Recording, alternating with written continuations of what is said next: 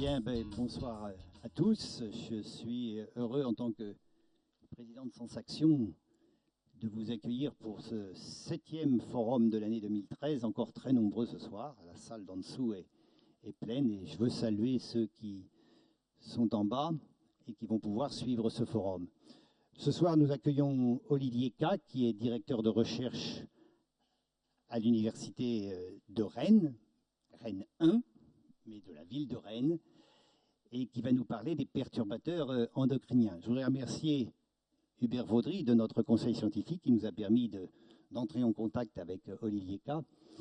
C'est évidemment un sujet compliqué, mais je crois qu'il vous montrera beaucoup plus que je ne peux le faire. C'est en tout cas un sujet d'actualité. Et je voudrais vous indiquer, pour ceux qui ne le savent pas, que nous sommes en plein débat public au niveau national sur cette question, débat public qui se terminera demain. Et donc, si cette conférence de ce soir vous a donné quelques idées, n'hésitez pas à contacter le site internet sur ce débat et à vous exprimer tout à fait librement. Je voudrais associer le forum de ce soir à la mémoire d'Albert Jacquard, ce généticien et biologiste, grand humaniste, et qui était aussi un homme très soucieux de culture scientifique et technique. Et je voudrais, suite à son décès, tout simplement parler de lui et l'associer à ce forum de ce soir. Voilà, je vous laisse avec Olivier K, en vous indiquant que le prochain forum aura lieu le 24 octobre sur Diderot, donc c'est le tricentenaire de la naissance en 2013. Voilà, bonne soirée à tous. Oui, je vais vous lancer. Merci à Dominique Gambier, donc, entre autres président de Sciences et Action. Merci à tous et à toutes. Et coucou, merci aussi aux personnes qui sont dans la salle vidéo du bas. Et puis, j'oublie jamais, enfin j'essaye en tout cas, de ne pas oublier les internautes avec le www.scienceaction en un seul mot.asso.sr. Olivier K, la parole est à vous pour ce biphénol maudit et bien d'autres. Bien, merci. Tout le monde m'entend ? Bien, bonsoir. Bonsoir à tous. Là, on a déjà un petit souci. Voilà. Donc, merci d'être venus.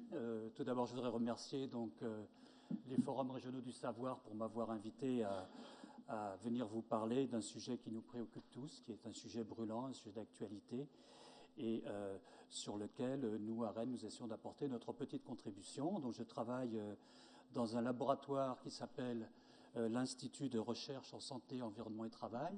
C'est un laboratoire de l'INSERM. Et dans ce laboratoire, nous nous intéressons à tout ce qui peut, peu ou prou, affecter donc, la santé aussi bien des espèces animales, mais également, bien sûr, la santé humaine, et avant tout la santé humaine, par le biais de l'environnement.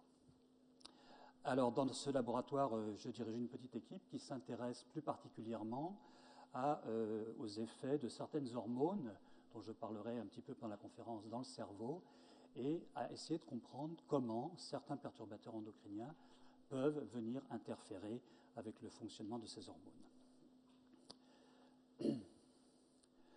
Donc, si vous êtes ici ce soir, j'imagine que c'est parce que vous vous intéressez, vous regardez la presse, vous regardez la télévision, et vous voyez les couvertures des journaux, vous entendez parler de tous ces termes quelquefois un petit peu barbares, baisse de la fertilité, cryptorchidie, hypospadie, obésité, cancer de la prostate, cancer du sein, j'en passe.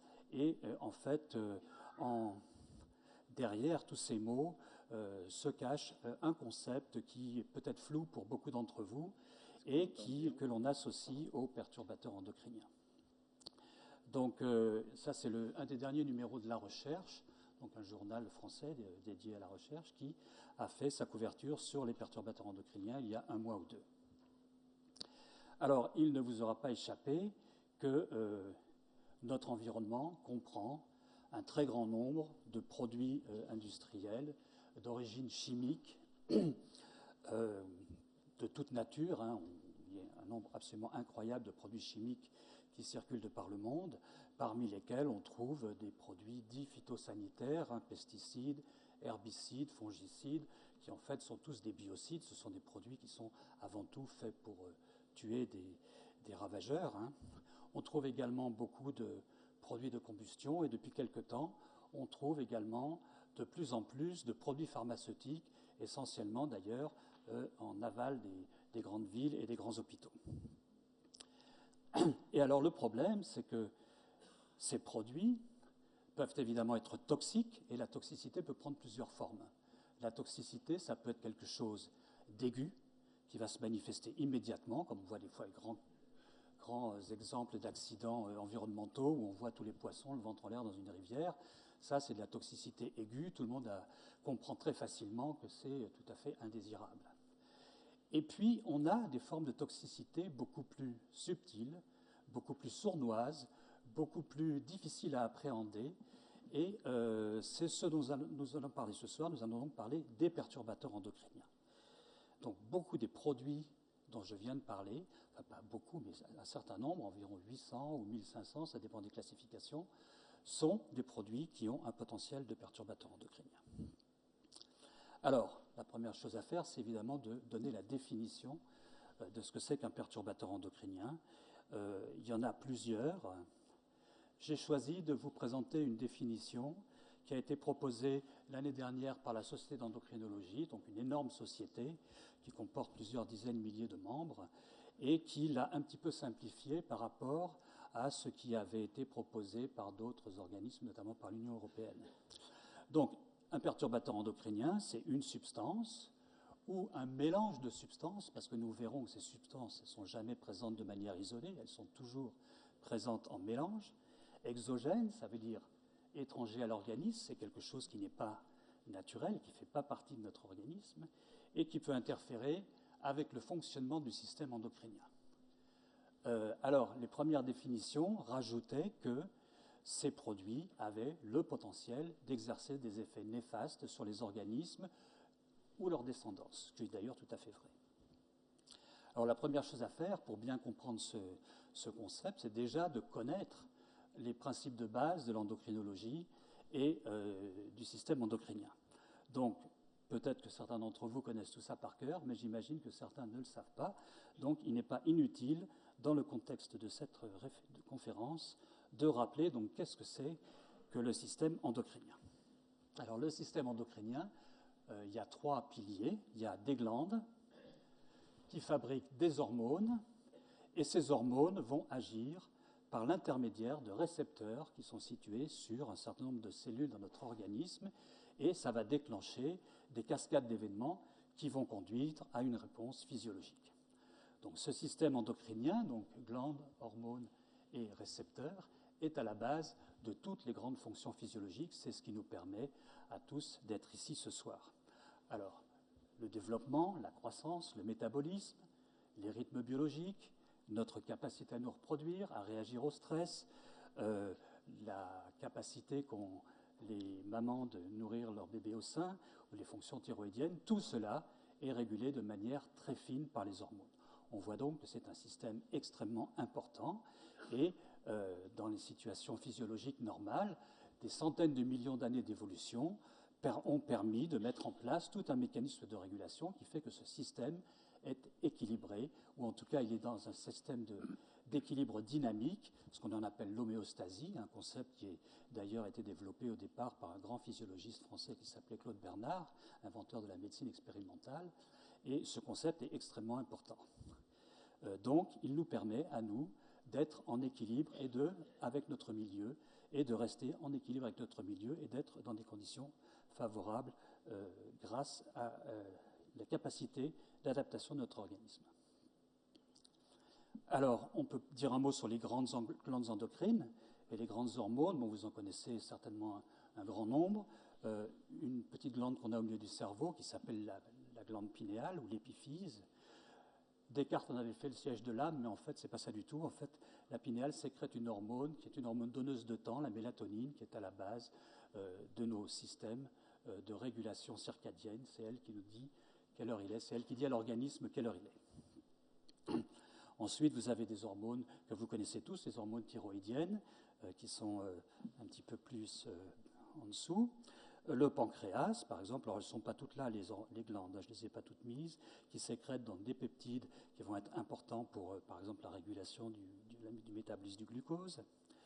On a également les surrénales, très importantes pour la réponse au stress, elles qui fabriquent la noradrénaline, qui fabriquent les corticoïdes, le cortisol pour la réponse au stress et la mobilisation d'énergie en cas de stress. Le tissu adipeux, la graisse, fabrique aussi des hormones qui permettent d'envoyer des signaux un petit peu partout, et notamment dans le cerveau, pour lui dire attention, moi j'ai faim ou j'ai pas faim. Donc c'est impliqué dans le comportement, dans la prise alimentaire. Et puis bien entendu, on a les glandes génitales, hein, donc testicules chez les hommes, ovaires chez les femmes, qui fabriquent des hormones dont nous allons pas mal parler ce soir parce qu'elles sont malheureusement très perturbées par les perturbateurs, qui sont estradiol, progestérone, mais surtout estradiol chez la femme ou chez les femelles de vertébrés, et testostérone chez l'homme. Tout cela fonctionne en harmonie grâce à également la participation du système nerveux central, et notamment d'une petite région qui est à la base du cerveau ici, que l'on appelle l'hypothalamus, et qui, d'une part, régule toutes ces grandes fonctions, et d'autre part, reçoit des signaux en provenance de toutes ces glandes qui lui permet de dire, ben voilà, moi je me trouve dans telle condition actuellement, et de réagir en conséquence. Et cet hypothalamus contrôle en premier lieu une glande qui joue un petit peu un rôle d'amplificateur, qui s'appelle l'hypophyse, laquelle régule toutes ces autres grandes glandes ici. Donc voilà un petit peu ce que c'est que le système endocrinien. Alors comment ça fonctionne? Eh bien, on va prendre l'exemple d'une glande que j'ai représentée de manière très schématique. Cette glande va fabriquer une hormone, mettons l'hormone A. Cette hormone va voyager dans l'organisme, soit par diffusion pour aller atteindre les cellules qui sont à côté, ou bien passer dans la circulation générale pour aller atteindre ce que l'on appelle des organes cibles. Organes cibles qui s'appellent ainsi parce qu'ils vont être sensibles à cette hormone. Et pourquoi ils sont sensibles à cette hormone? Parce qu'ils portent à la surface de leurs cellules des récepteurs qui sont spécifiquement reconnus par l'hormone A. Donc ça va être les récepteurs de l'hormone A. En fait, tout se passe comme si l'hormone était une clé et le récepteur une serrure, et on a vraiment une reconnaissance pratiquement tridimensionnelle entre l'hormone et le récepteur. Qu'est-ce qui se passe dans les conditions normales? Quand c'est le moment pour cette hormone d'agir, elle est libérée, elle va aller se fixer sur les récepteurs et activer à l'intérieur des cellules cibles tout un tas de systèmes de voies de signalisation extrêmement complexes sur lesquels je ne m'étendrai pas, mais qui vont in fine provoquer une réponse physiologique. Alors, dans les conditions normales, dans des organismes non perturbés, en général, tout est fait, je vous l'ai dit, des centaines de millions d'années d'évolution ont équilibré ce système de telle manière que les organes vont recevoir les signaux au moment approprié et donner des réponses au moment approprié. Et donc, ça, c'est ce qui permet donc aux organismes de vivre en harmonie avec leur milieu et de remplir les fonctions physiologiques nécessaires à leur survie. Qu'est-ce qui se passe avec les perturbateurs endocriniens? Il peut se passer un certain nombre de choses. Un des mécanismes d'interférence les plus connus, c'est que les perturbateurs endocriniens peuvent se comporter comme des hormonomimétiques, c'est-à-dire qu'ils vont pénétrer dans votre organisme et agir comme des fausses clés qui peuvent éventuellement aller activer des récepteurs. Mais évidemment, là, on n'est plus dans une condition physiologique, et donc on va avoir une réponse de l'organe cible, réponse qui peut être inappropriée, exagérée, ou les deux, et évidemment, on est dans une perturbation, dans une situation de perturbation endocrinienne. Donc ça, c'est ce qu'on appelle un effet agoniste en endocrinologie. C'est quand un perturbateur endocrinien est capable de reconnaître le récepteur d'une hormone endogène. Donc évidemment, c'est indésirable. Une autre chose qui peut se passer, et on verra un exemple tout à l'heure, c'est que les perturbateurs endocriniens peuvent toujours agir comme une fausse clé, se fixer sur les récepteurs, mais sans les activer. Mais ils vont les saturer, c'est-à-dire qu'ils vont se mettre sur ce récepteur, et du coup, l'hormone, la clé bleue ici, qui ne pourra plus venir se fixer sur le récepteur parce que les récepteurs sont occupés. Donc, on ne va pas avoir de réponse physiologique, et ça peut être également une situation de perturbation endocrinienne. Alors il y a tout un tas d'autres mécanismes qui peuvent être également importants, mais on ne peut pas parler de tout ce soir, bien sûr. Les perturbateurs endocriniens peuvent en fait altérer l'ensemble du système, depuis la synthèse, le transport, le métabolisme de ces hormones. Ces hormones n'ont pas une durée de vie éternelle, bien sûr, elles ont des demi-vies tout à fait courtes, de manière à pouvoir réguler finement les choses. Donc les perturbateurs endocriniens peuvent interférer avec ça. Ils peuvent interférer donc avec les récepteurs, avec l'action des hormones, ou encore avec la dégradation de ces hormones. Et ça existe. On a des exemples dans la littérature scientifique de situations comme celle-ci. Ce n'est pas le cas le plus général, et ce n'est pas ce dans quoi je vais rentrer ce soir, parce que les notions auxquelles on aurait besoin de faire appel sont un petit peu trop compliquées. On peut avoir également, comme c'est précisé ici, une combinaison de plusieurs effets. Ceci étant dit, je voudrais insister sur un point très important que tout le monde n'a peut-être pas, dont tout le monde n'a peut-être pas la connaissance. C'est que la plupart des glandes endocrines dont j'ai parlé tout à l'heure sont communes à tous les vertébrés, ou presque communes à tous les vertébrés. Il y a évidemment quelques petites exceptions. Quand je dis vertébrés, ça veut dire tous les animaux que vous connaissez bien, ceux dont vous avez la plus grande connaissance, poissons, amphibiens, reptiles, oiseaux, mammifères. Ce qui veut dire que chez les poissons, là j'ai mis un poisson, le poisson a une pinéale, un hypothalamus, une hypophyse, une thyroïde. Toutes ces glandes-là sont les mêmes. Et non seulement les glandes sont les mêmes, mais les hormones que vont fabriquer les glandes de poissons ou d'amphibiens sont relativement semblables et quelquefois identiques, à l'atome près, aux hormones qui circulent chez nous, l'espèce humaine. Ce qui veut dire que chez tous les vertébrés, le système endocrinien va présenter la même susceptibilité aux perturbateurs endocriniens. En d'autres termes, cela veut dire que ce qui n'est pas bon pour un poisson, en général, ne va pas être bon pour un homme. Même, évidemment, si les modes d'exposition, les poissons étant des espèces aquatiques et nous des espèces aériennes, les modes d'exposition ne vont évidemment pas être les mêmes. Mais les molécules qui peuvent présenter un danger pour les poissons vont probablement présenter un danger également pour l'espèce humaine. Donc ça, c'est très important parce que historiquement, ce qui a été identifié en premier comme problème lié aux perturbateurs endocriniens, ce sont des perturbations d'espèces sauvages. Une autre chose qu'il faut bien avoir à l'esprit avec les perturbateurs endocriniens, c'est la puissance de ces hormones. Ces hormones agissent à très faible dose. Là, je vous ai mis l'exemple d'une hormone que tout le monde connaît, l'estradiol, dont on parlera un peu plus en détail tout à l'heure. Donc, c'est une hormone qui régule, par exemple, la croissance de la glande mammaire, le développement de l'utérus ou la régulation des cycles chez les femelles de mammifères. Eh bien, cette hormone, elle agit à des concentrations, donc là, c'est un petit peu des termes barbares, on dit de 10-8 à 10-13 molaires. Mais pour prendre un exemple, une concentration de 10-10 molaires, ça représente 30 milliardièmes de grammes, j'ai bien dit 30 milliardièmes de grammes, c'est rien du tout, par millilitre. Et donc, si vous mettez ces 30 milliardièmes de grammes dans une petite goutte, eh bien, ça va vous faire l'équivalent d'une petite goutte dans une piscine olympique, pour vous donner un petit peu une idée de la puissance de ces hormones. Donc, il ne faut pas jouer avec. Et ça veut dire aussi que des quantités infimes de perturbateurs endocriniens qui sont capables d'imiter le rôle de nos hormones vont pouvoir, à des très faibles concentrations, sans qu'on s'en aperçoive forcément au début, perturber notre système endocrinien. Alors, je dois ici vous donner aussi une autre petite notion, avant de continuer sur les perturbateurs endocriniens.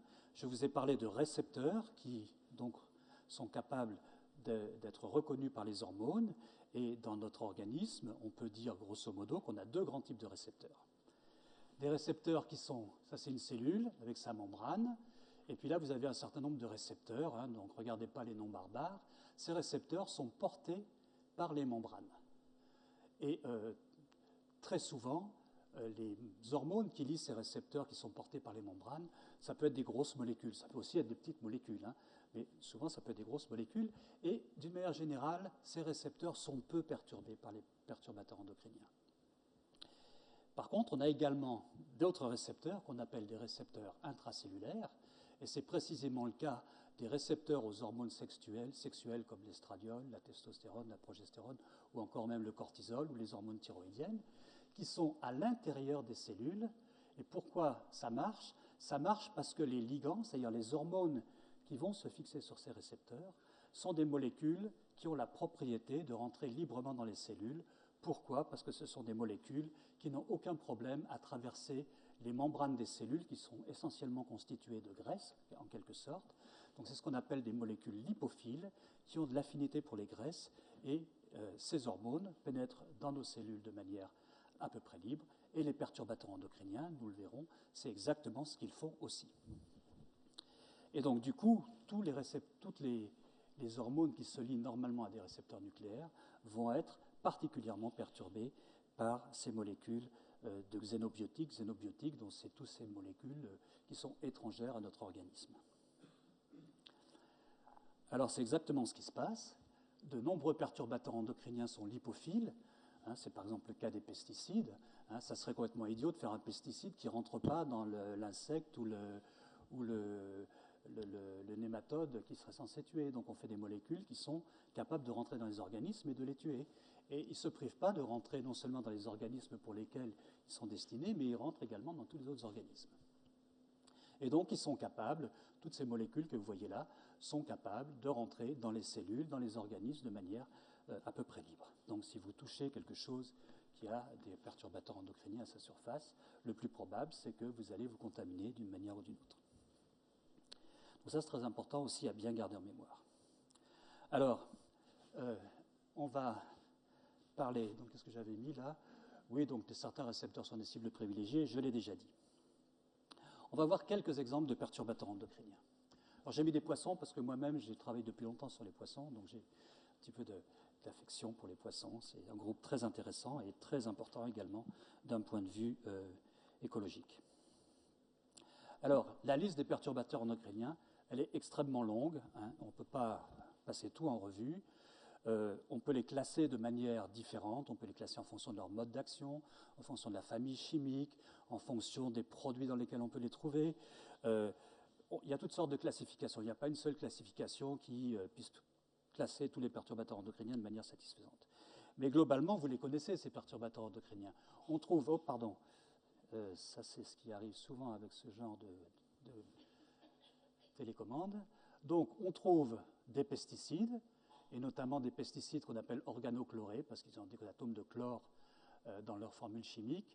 Donc vous en connaissez probablement le DDT, l'aldrine, le lindane, le chlordécone dont on parle beaucoup en Guadeloupe. J'en dirai peut-être un mot tout à l'heure si j'ai le temps. Donc ça, c'est des molécules qui peuvent éventuellement agir comme des perturbateurs endocriniens. Les phtalates, on va en parler un petit peu plus en détail, qui sont des agents plastifiants qu'on trouve notamment dans le PVC, des alkylphénols et les dérivés, donc c'est des produits qu'on met dans les cosmétiques, des produits de nettoyage, des détergents, des choses comme ça. Le fameux bisphénol A, dont vous avez tous entendu parler, qui est rentré dans la composition des biberons de bébés et qui est maintenant interdit dans la composition des biberons et qui sera probablement interdit en 2015 dans tous les plastiques alimentaires. Des produits de combustion comme les dioxines et les produits apparentés, et notamment les PCB qui posent un très gros problème également.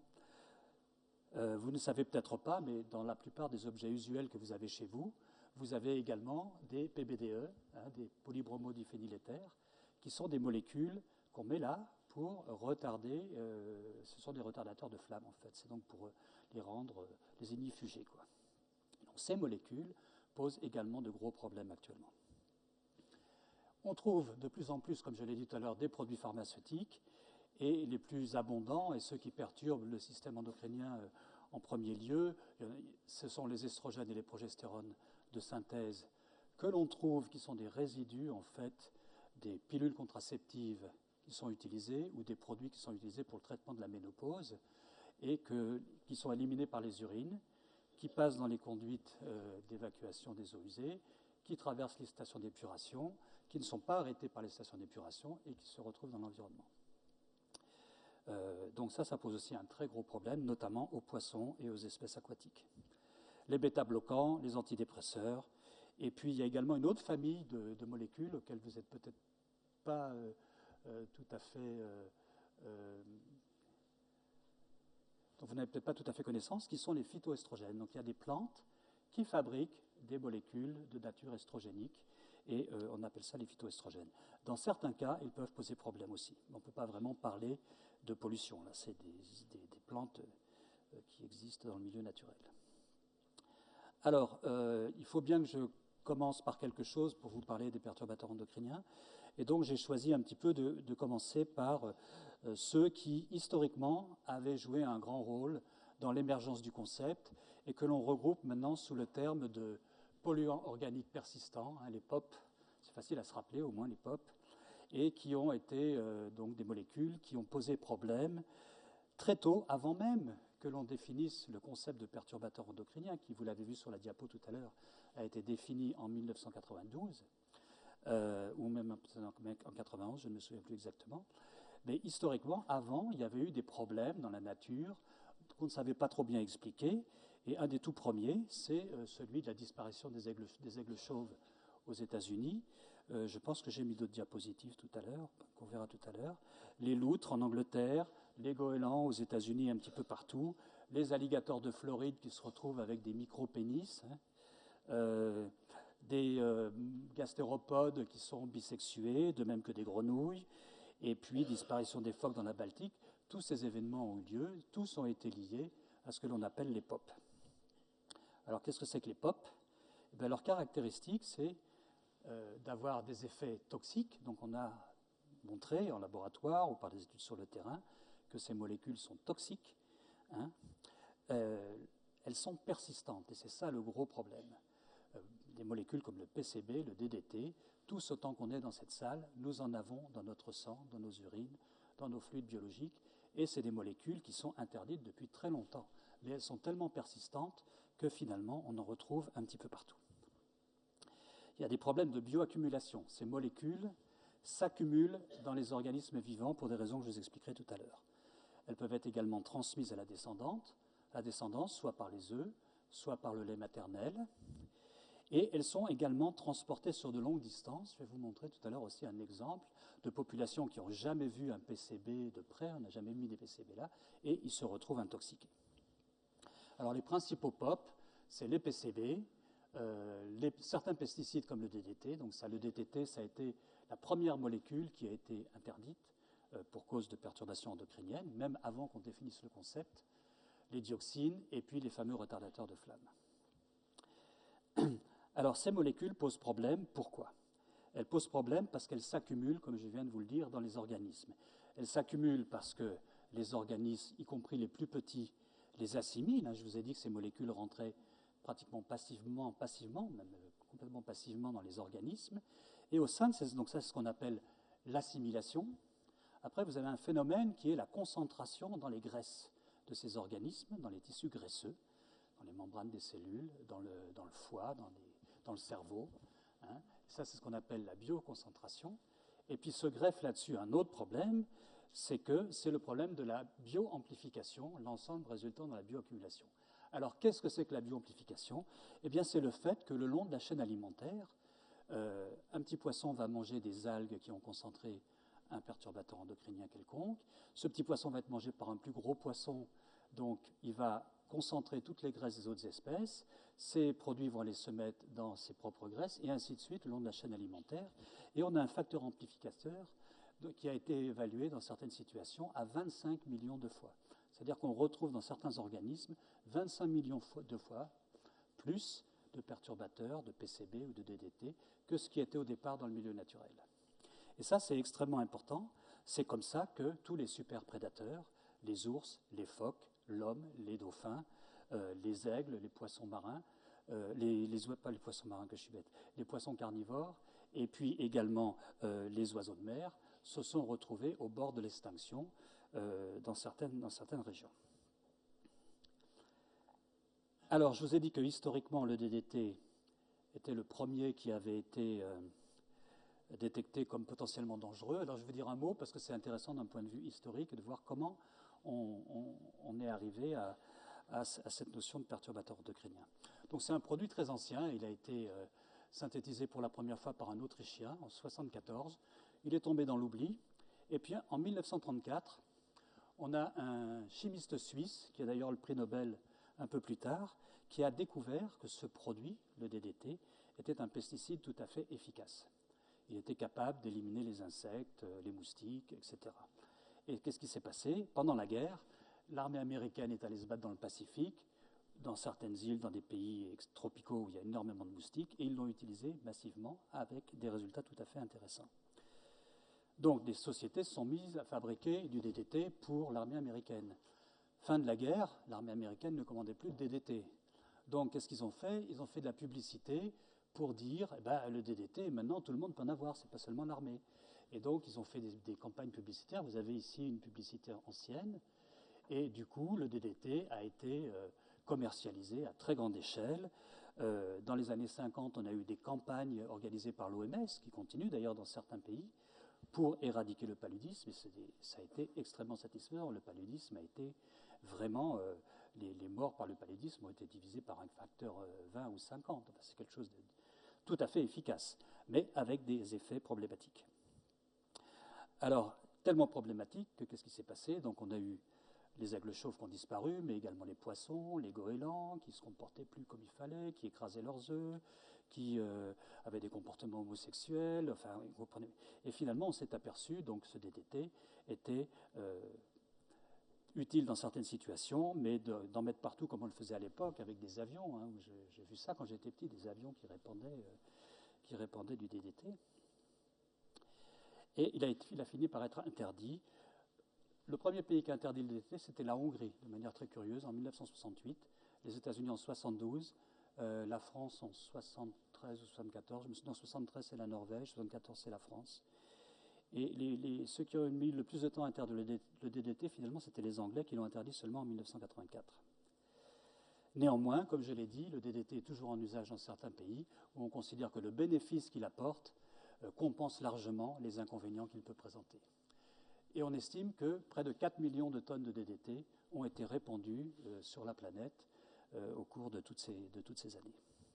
Donc c'est quelque chose de tout à fait considérable, surtout quand on sait que le DDT est un produit qui se dégrade peu. S'il se dégrade, il se dégrade en un produit qu'on appelle le DDE, qui est encore pire que le DDT. Donc c'est très embêtant. Et le DDE, lui, est très stable. Vous allez voir tout à l'heure, je vais vous montrer des courbes qui ont été faites chez des Norvégiens. Vous allez voir, ils ont du DDT, alors qu'ils n'ont jamais été tellement exposés à du DDT. Alors, 1952, les aigles chauves disparaissent. Alors, les aigles chauves, c'est embêtant parce que c'est le symbole des Américains, de l'Amérique. C'est l'oiseau national américain. Donc, ils disparaissaient, les gens se sont inquiétés. D'autant plus qu'en 1963, vous voyez, il ne restait plus que 487 couples dans tous les USA, y compris l'Alaska, où il y en a beaucoup. Donc il y a eu des campagnes pour arrêter le DDT. Le DDT a été arrêté. Et l'on voit sur cette diapositive qu'à partir des années 74, ça remonte. Et à l'heure actuelle, des aigles chauves, vous en voyez beaucoup. Moi, j'en ai vu beaucoup quand j'étais aux États-Unis ou au Canada. Et qu'est-ce qui s'est passé? Et bien là, on a arrêté le DDT. Et puis, les taux de reproduction sont remontés très rapidement. Alors, comme je vous l'ai dit, la molécule qui pose problème, en fait, ce n'est pas le DDT, c'est un produit de dégradation qui s'appelle le DDE et qui, lui, entre autres choses, provoque un amincissement de la coquille des œufs. Il perturbe une glande qui capte le calcium pour fabriquer les œufs. Et donc, les œufs sont moins épais, ils sont fragilisés. Et quand les oiseaux les couvent, ils les écrasent. Et donc, évidemment, la reproduction n'a pas de succès. Donc, vous voyez, par exemple, ici, une étude sur les faucons pèlerins, donc une espèce qui a failli disparaître également. Ça, c'est avant l'utilisation du DDT. Ce que vous voyez, ces petits points, c'est la coquille des œufs qui a été mesurée. Et puis là, en introduction du DDT, vous voyez tout de suite l'épaisseur de la coquille qui chute. Donc il y a de très nombreux exemples comme ça dans la littérature scientifique. Ce n'est pas seulement les DDT, les pélicans, les guillemots, les macareux, les goélands ont eu le même problème. Donc voilà un petit peu l'histoire du DDT, qui a joué un rôle considérable. Et j'ai enlevé la diapositive parce que je pensais ne pas avoir le temps d'en parler, mais il y a eu une femme tout à fait extraordinaire aux États-Unis à cette époque-là, qui s'appelait Rachel Carson, qui a pris le problème en main et qui a dénoncé les effets néfastes du DDT avec une violence tout à fait extraordinaire. C'était une toute petite bonne femme en plus. Et puis, elle s'est heurtée violemment aux fabricants de DDT, mais finalement, elle a obtenu gain de cause. Elle a écrit un livre qui a été classé par le Time Magazine comme un des 10 premiers livres du siècle dernier, qui s'appelle « Le printemps silencieux ». Printemps silencieux parce que c'est une allégorie qui, en fait, décrit un monde où il n'y a plus d'oiseaux au printemps pour chanter, donc le printemps est silencieux. Et donc, c'est elle qui a vraiment... Vous pouvez me rappeler le nom de Rachel Carson. Très connue, elle était biologiste marine au départ, et puis elle est devenue écologiste. Et c'est la première personne qui a considéré que le destin de l'homme était lié avec le destin des espèces animales. À l'époque, c'était très révolutionnaire. Elle a écrit ça en 1957, à une époque où il y avait d'un côté les hommes et puis de reste tous les animaux. Nous, on était une espèce unique. On n'avait pas les mêmes hormones que les autres. Eh bien si, on a les mêmes hormones que les autres. Autre molécule qui pose problème, les PCB. Donc les PCB sont des produits qui sont maintenant interdits depuis un certain nombre d'années, qui ont été très très largement utilisés en raison de leur stabilité thermique. Donc on en faisait des isolants pour tout un tas de choses. Vous avez certainement vu dans votre vie des transformateurs à l'intérieur desquels il y avait des PCB. Ce sont des molécules qui paraissent simples comme ça, mais en fait on peut raccrocher des atomes un petit peu partout sur ces cycles ici. Et du coup, qu'est-ce qui se passe? Eh bien, on peut avoir 209 spécialités différentes de PCB qui toutes posent des problèmes plus ou moins particuliers. Certains sont anti-androgéniques, certains sont estrogéniques, certains interfèrent avec la signalisation des hormones thyroïdiennes. Et ça, c'est très embêtant parce que les hormones thyroïdiennes, ce sont des molécules très importantes pour le développement cérébral. Et on verra que plus tard, qu'une des pathologies qu'on voit augmenter actuellement dans les populations humaines, c'est des troubles liés au développement du système nerveux. Donc ils sont thermostables, c'est pour ça qu'on les utilisait. Interdits maintenant, mais très très bioaccumulables, toujours détectés dans la plupart des échantillons biologiques où on peut les mesurer à des concentrations qui ne sont pas négligeables, qui sont relativement importantes en termes de système endocrinien. Donc on en reparlera un petit peu. On va en reparler tout de suite.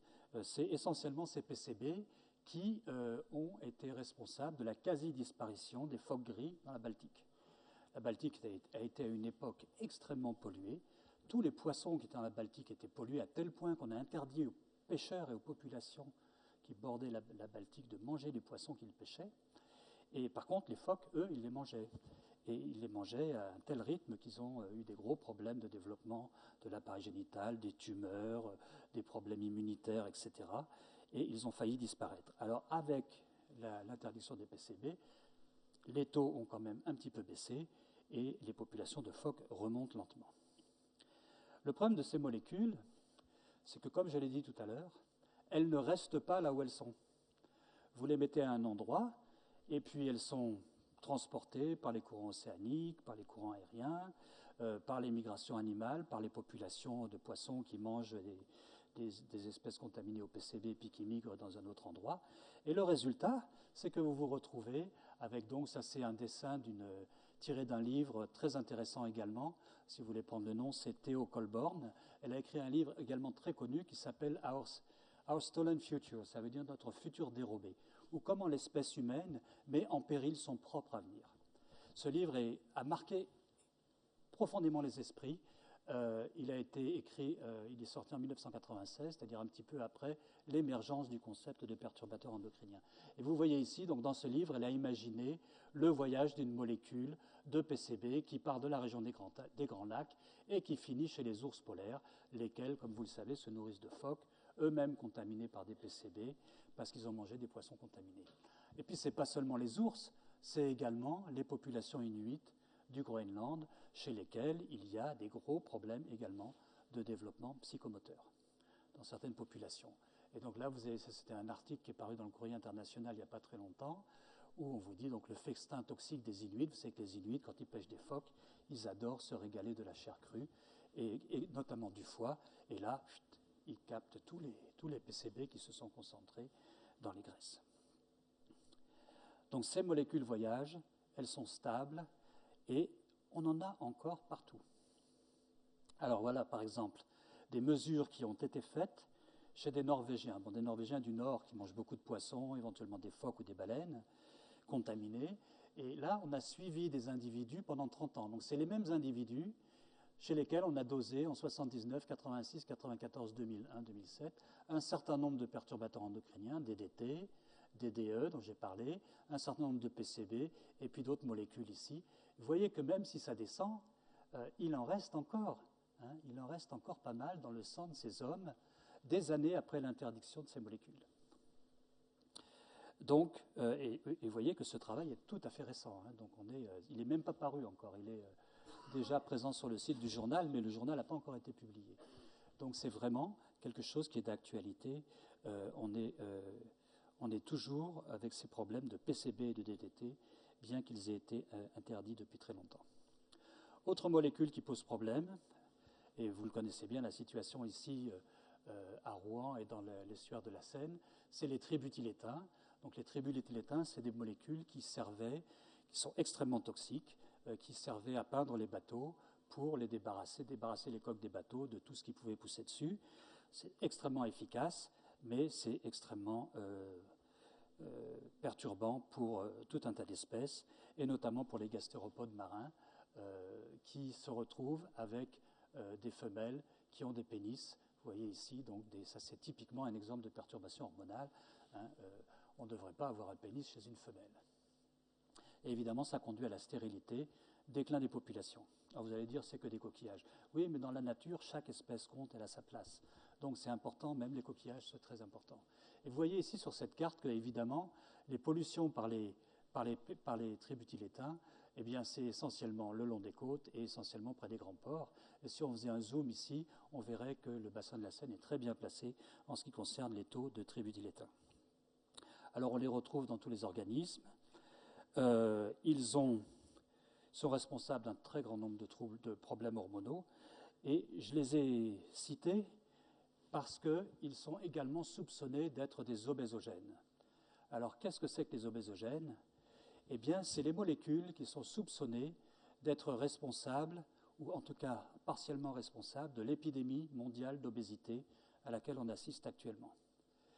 Ces molécules, les tributylétains, ont la particularité de se fixer à des récepteurs intracellulaires qui ne sont pas très connus, qui sont les récepteurs de l'acide rétinoïque, très importants pour le développement, et les récepteurs PPAR, c'est peroxysome proliférateur récepteur, c'est des noms un petit peu compliqués, et on sait très bien que l'activation de ces récepteurs va provoquer la prolifération des cellules graisseuses et l'accumulation de graisse dans ces cellules graisseuses.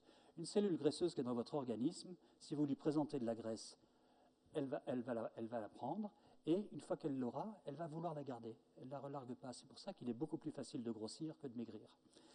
Et on pense que ces obésogènes, donc, dont font partie les tributylétains, mais également les bisphénols et d'autres molécules, seraient responsables en partie de cette épidémie. On ne peut pas mettre le compte de cette épidémie d'obésité uniquement sur McDonald's et la malbouffe, sur le syndrome de ce que les Américains appellent potato coach, la patate de canapé, qui est là devant la télé, à boire de la bière et manger des hamburgers, à regarder du sport.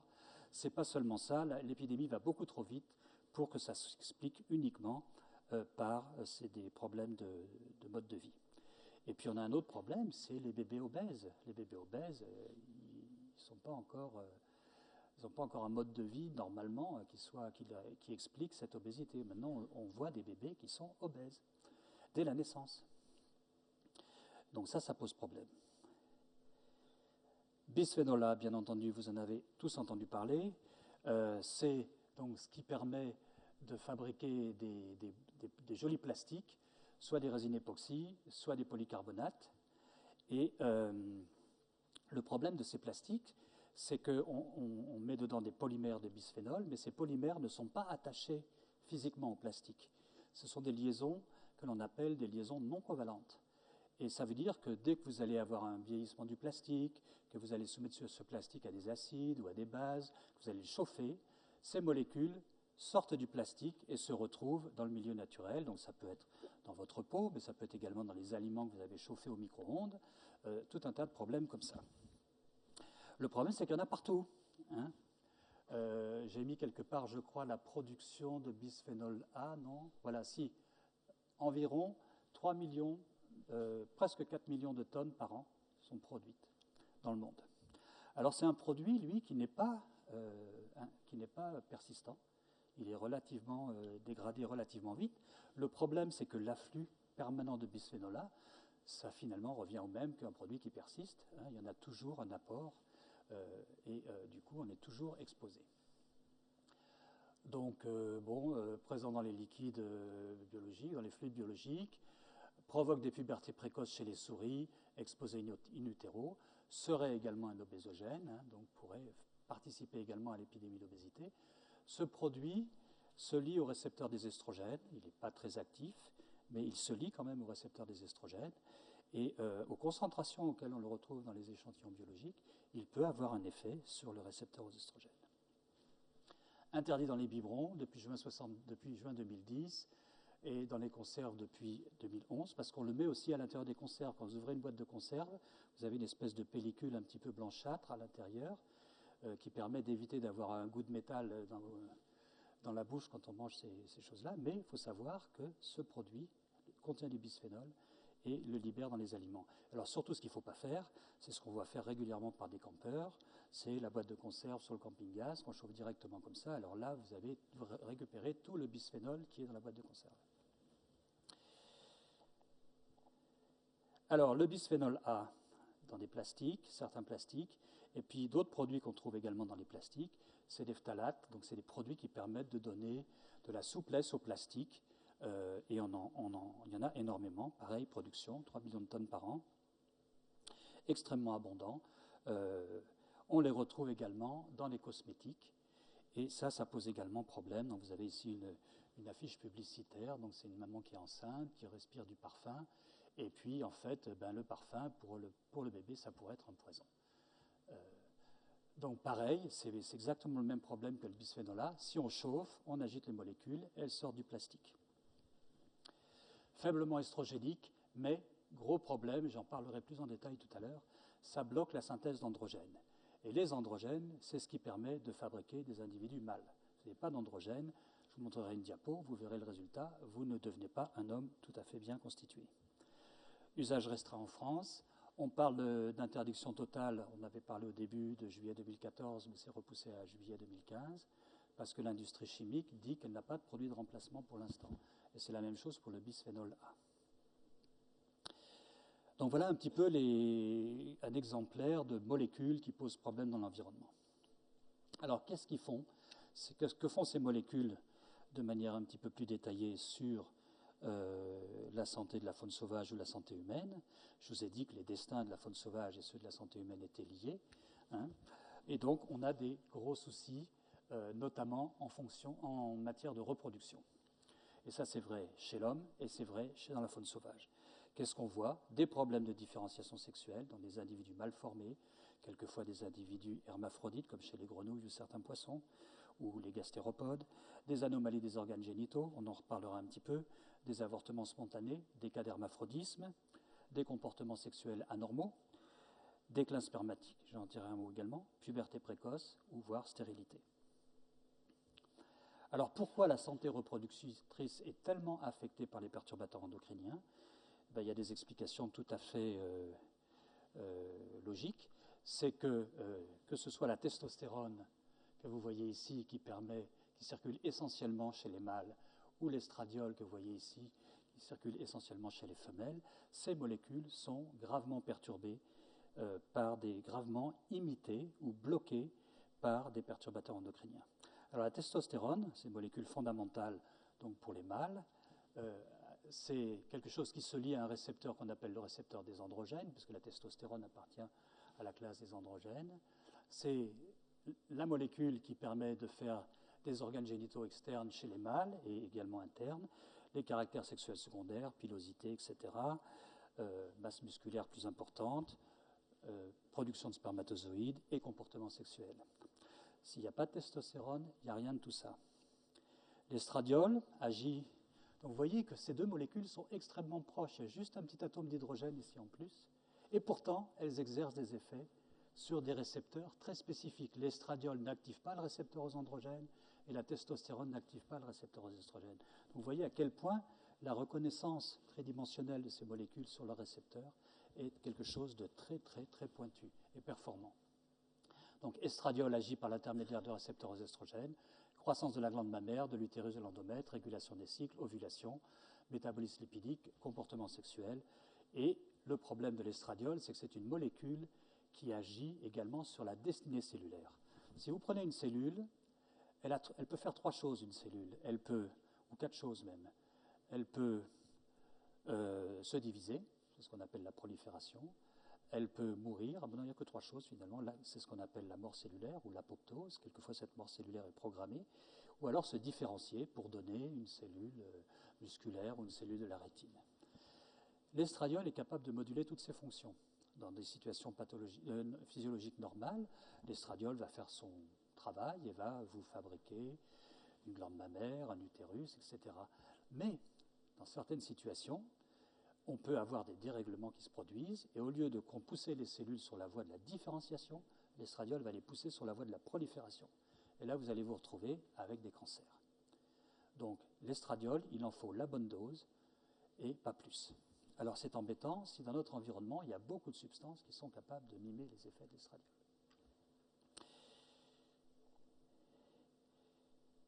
Alors, ces hormones sexuelles sont victimes de perturbateurs endocriniens, ça je l'ai déjà dit. Et pour vous montrer donc un peu la puissance de ces hormones, je vous montre ici cette photo qui est très spectaculaire et qui est très connue. Donc là, vous avez en fait des hommes. Génétiquement, ils sont tous XY. Ils ont un chromosome Y, ils portent un gène SRY, c'est le gène déterminant pour faire des mâles. Le problème, c'est que ces individus, ils ont une mutation du récepteur aux androgènes qui fait que la testostérone ne se fixe pas sur le récepteur. Donc c'est comme si ces individus ne fabriquaient pas de testostérone. Et voyez le résultat, eh ben, ils présentent à la naissance des organes génitaux externes féminins, ils sont classés comme des filles, alors qu'à l'intérieur, ils ont des petits testicules qui ne se différencient pas parce qu'il n'y a pas de testostérone. Et donc vous voyez, à la puberté, ils vont fabriquer des glandes mammaires parce qu'il y a du tissu graisseux, et dans le tissu graisseux, il y a des enzymes qui sont capables de fabriquer des œstrogènes, donc de faire développer la glande mammaire. Ils n'ont pas d'utérus, forcément, hein, ce n'est pas des vraies femmes. Et à la puberté, pas de cycle, pas de pilosité axillaire-pubienne, parce que ça, c'est les androgènes qui font pousser les poils. Donc il n'y a pas d'androgène, il n'y en a pas. Vagin mal formé, évidemment, ces individus sont stériles. Donc c'est une famille tout à fait extraordinaire. Ce sont 4 frères qui présentent vraiment une anatomie de femme. Donc ça vous montre un petit peu ce qu'est capable de faire une hormone. Et ça peut vous montrer un petit peu ce que pourraient faire des perturbateurs endocriniens qui sont capables de bloquer des androgènes. Et c'est exactement ce qui se produit avec les phtalates.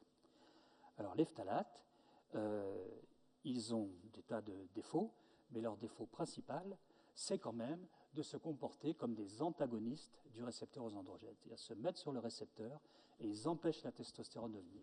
Et donc c'est comme si, et ils n'activent pas de réponse physiologique, donc c'est comme si les individus avaient soit pas de testostérone ou moins de testostérone. Et qu'est-ce qui se passe ? Eh bien, il se passe que chez les rongeurs, il y a eu beaucoup d'études qui ont montré que ces animaux, exposés à des phtalates de manière expérimentale, avaient des caractères de mâles qui étaient réduits. Eh bien, on retrouve la même chose chez les individus, chez les hommes et les petits garçons. Alors, les endocrinologues, les pédiatres, ils ont trouvé, pour reconnaître le sexe d'un bébé à la naissance, ils regardent ce qu'ils appellent la distance anogénitale. Donc, c'est la distance entre l'anus et ici la base des testicules chez les garçons ou l'ouverture du vagin chez les filles. Et en fait, chez les garçons, cette distance anogénitale est en général 2 fois supérieure à celle des filles à la naissance. Et en fait, après pas mal d'études, on s'est aperçu que cette distance anogénitale, elle est maintenant considérée comme un index d'exposition à la testostérone dans la vie intra-utérine. Donc au cours du développement intra-utérin, qu'est-ce qui se passe ?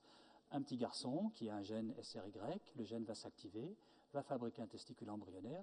Ce testicule embryonnaire va fabriquer de la testostérone, et cette testostérone va développer les caractères sexuels, les organes génitaux externes. Et si tout va bien, le petit garçon va être tout à fait normal. Et donc, à la naissance, aura une distance anogénitale normale. Ce qu'on voit ici sur ce graphique, c'est qu'on a mesuré dans le sang du cordon d'un certain nombre de femmes, et c'est un échantillon assez considérable, la présence de phtalates. Et puis, on a classé les individus en fonction de l'exposition d'ophtalate. Donc les bleus ici, c'est faible exposition. Les petits triangles, c'est moyenne exposition. Ici, forte exposition. Et ce qu'on voit, c'est que la distance anogénitale des petits garçons nés de maman avec une forte exposition, eh bien, ils ont cette distance anogénitale réduite.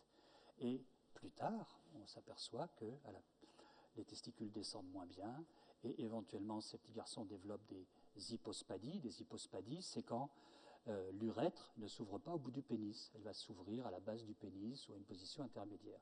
Et ça indique un défaut de fabrication de testostérone. Donc, voilà des conséquences un petit peu des produits, les phtalates, qui permettent d'expliquer un petit peu l'augmentation de certaines maladies liées au développement de l'appareil génital, dont je parlerai un petit peu plus tout à l'heure, à la fin de cet exposé. Parlons maintenant un peu des estrogènes. Donc, les estrogènes, je vous ai déjà dit que c'était des molécules fondamentales pour le fonctionnement des femelles de mammifères ou même de poissons ou de tous les vertébrés, et évidemment chez la femme au rôle fondamental. Alors, pour une raison qu'on s'explique assez mal, le récepteur aux estrogènes, il est extrêmement permissif. Non seulement il fixe les estrogènes, je vous ai dit qu'il ne fixait pas la testostérone, donc pour la physiologie normale, ça va très bien. Le problème, c'est qu'il fixe des tas de molécules qui sont dans l'environnement. Et ces molécules, là, elles agissent comme des agonistes, c'est-à-dire qu'elles ne bloquent pas, elles vont stimuler le récepteur et provoquer des réponses non physiologiques, justement. Donc le DDT, et le DDE encore plus, le chlordécone, qui est un produit qui a été énormément utilisé en Guadeloupe et qui pose de gros problèmes à l'heure actuelle.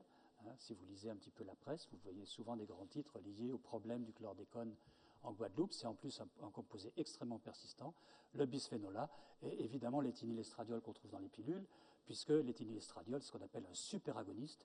Donc c'est un superestradiol, il est encore plus efficace que l'estradiol. Donc toutes ces molécules, évidemment, activent le récepteur estradiol. Et elles perturbent le développement des animaux.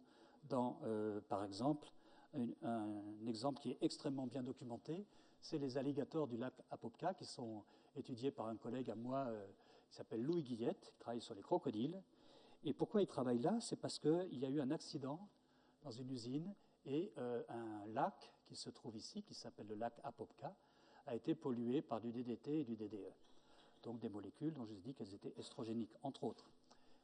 Et en plus, il y a eu des pollutions agricoles dans les environs. Alors les Américains, ils ont un organisme qui s'appelle l'US EPA, qui surveille l'environnement, et ils ont donné de l'argent pour payer des études très approfondies sur ce lac et les crocodiles et la faune d'une manière générale, mais surtout les crocodiles dans ce lac. Et Louis Guillette a participé à ces études, et il a montré quoi? Il a montré que les alligators avaient des micro-pénis, donc il a mesuré, ça c'est un pénis d'alligator, et ici en vert vous avez la longueur normale, le diamètre normal, et en rouge, donc ça c'est chez des animaux qui sont pris dans un lac qu'on appelle contrôle, qui est dans un parc national, qui n'est absolument pas pollué, et vous voyez que les animaux du lac Apopka, ils ont des micro-pénis, ils sont moins longs et ils sont moins larges. Donc c'est exactement ce qu'on peut voir également chez les petits garçons dont j'ai parlé tout à l'heure, pollués par du phtalate. Par contre, les femelles, c'est des super femelles, elles ont trop d'estrogènes, et donc elles présentent des follicules anormaux, des ovocytes plurinucléés, qui évidemment ne fonctionnent pas, d'où déclin des populations. Alors il y a d'autres exemples, on ne va pas les multiplier, mais juste pour vous montrer, chez les grenouilles, il y a de multiples exemples de grenouilles hermaphrodites. Vous voyez ici des animaux qui présentent à la fois un ovaire et un testicule, ce qui n'arrive jamais dans des conditions normales d'environnement. Et alors vous voyez ici que le nombre d'anomalies augmente avec l'activité agricole sur un certain nombre de sites. Tout ça a été mesuré, publié dans des journaux extrêmement sérieux, comme Environmental Health Perspectives, qui est le plus grand journal en matière d'environnement. Voilà. Alors, je vais vous parler aussi d'un petit problème qui est lié aux poissons. Vous avez peut-être entendu parler des poissons mâles qui fabriquent des hormones femelles. Alors ces poissons mâles qui fabriquent des hormones femelles, en fait, ils fabriquent une molécule qui est femelle spécifique, qui est la vitellogénine. Qu'est-ce que c'est que la vitellogénine? C'est une molécule qui est fabriquée par le foie sous influence de l'estradiol. Donc si vous mettez de l'estradiol à un poisson mâle, il va fabriquer de la vitellogénine, alors que normalement, il n'en a pas besoin, puisque la vitellogénine, qu'est-ce que c'est? C'est le précurseur des réserves de l'œuf. Hein, quand vous mangez du caviar, qu'est-ce que vous mangez? Vous mangez des œufs d'esturgeon qui sont remplis de vitellogénine. Alors des fois c'est noir, des fois c'est jaune, des fois c'est orange, mais dans tous les cas, c'est de la vitellogénine. Alors j'ai des collègues anglais qui ont fait des tas d'études sur les poissons en Angleterre, et ils ont joué un rôle formidable dans l'évolution des connaissances. Ils ont fait des expériences intéressantes. Ils ont pris des poissons, ils les ont mis dans des cages, ils les ont mis en aval des stations d'épuration dans une rivière ici, et puis pour avoir des animaux contrôle, ils les ont mis dans des piscicultures à côté, dans de l'eau qui était censée ne pas être polluée. Ils ont laissé ça pendant 2 semaines, et après ils ont mesuré la vitellogénine, donc c'est une molécule qu'on peut doser, on peut calculer combien il y en a, et regardez le résultat. Ça, c'est les taux de vitellogénine chez les animaux qui sont là, et ça, c'est les taux de vitellogénine chez les animaux qui sont là. Et ici, c'est une échelle logarithmique. Ça veut dire que, en fait, à chaque fois, vous avez un facteur 10 ici. Et on se retrouve avec des animaux mâles ou femelles qui ont 10 mg de vitellogénine par millilitre de sang, ce qui est absolument considérable, d'autant plus que la vitellogénine, c'est une molécule qui fixe le calcium. Donc ces animaux se retrouvent décalcifiés en plus. Donc voilà un autre exemple de perturbation très très bien documentée qui a fait l'objet de beaucoup de publicité dans le monde entier. Alors, quand ils prennent les échantillons qui sortent des stations d'épuration, qui dosent ce qu'on trouve dedans en termes de produits chimiques, eh bien très souvent ils trouvent de l'éthénylestradiol, et cet éthénylestradiol, c'est ce que je vous ai dit tout à l'heure, c'est ce qui est utilisé dans beaucoup de pilules contraceptives. Maintenant on utilise plutôt des progestagènes, moins d'éthénylestradiol, mais il y en a encore beaucoup dans l'environnement. Et pratiquement toutes les autres surfaces en Europe ont entre 1 nanogramme jusqu'à 50 nanogrammes par litre d'éthénylestradiol, et c'est une molécule hyperactive. Donc vous voyez ici un effet sur la faune aquatique. Alors, est-ce que ça a des conséquences pour les poissons? Eh bien oui, voilà ici un article aussi qui est très très connu, qui a été publié dans le journal de l'Académie des sciences américaine. C'est fait sur un petit poisson tête de boule, là, Fathead minnow. Et qu'est-ce qu'ils ont fait? C'est au Canada. Au Canada, il y a 4 millions de lacs. Alors, il y en a quelques-uns qui sont réservés pour faire des expérimentations. Et là, qu'est-ce qu'ils ont fait, ces chercheurs? Ils ont contaminé le lac pendant plusieurs années avec des toutes petites doses d'éthénylestradiol. Vous voyez, 5 à 6 nanogrammes par millilitre, donc des doses qui sont tout à fait compatibles avec ce qu'on trouve dans l'environnement. Ils ont suivi les populations. Donc, première année, tout va bien, toutes les classes d'âge sont présentes, etc. Et je ne sais plus en quelle année ils introduisent. Voilà, ici, en 2001, ils ont introduit l'éthénylestradiol. Vous voyez, en 3 ans, il n'y a plus un seul poisson dans le lac.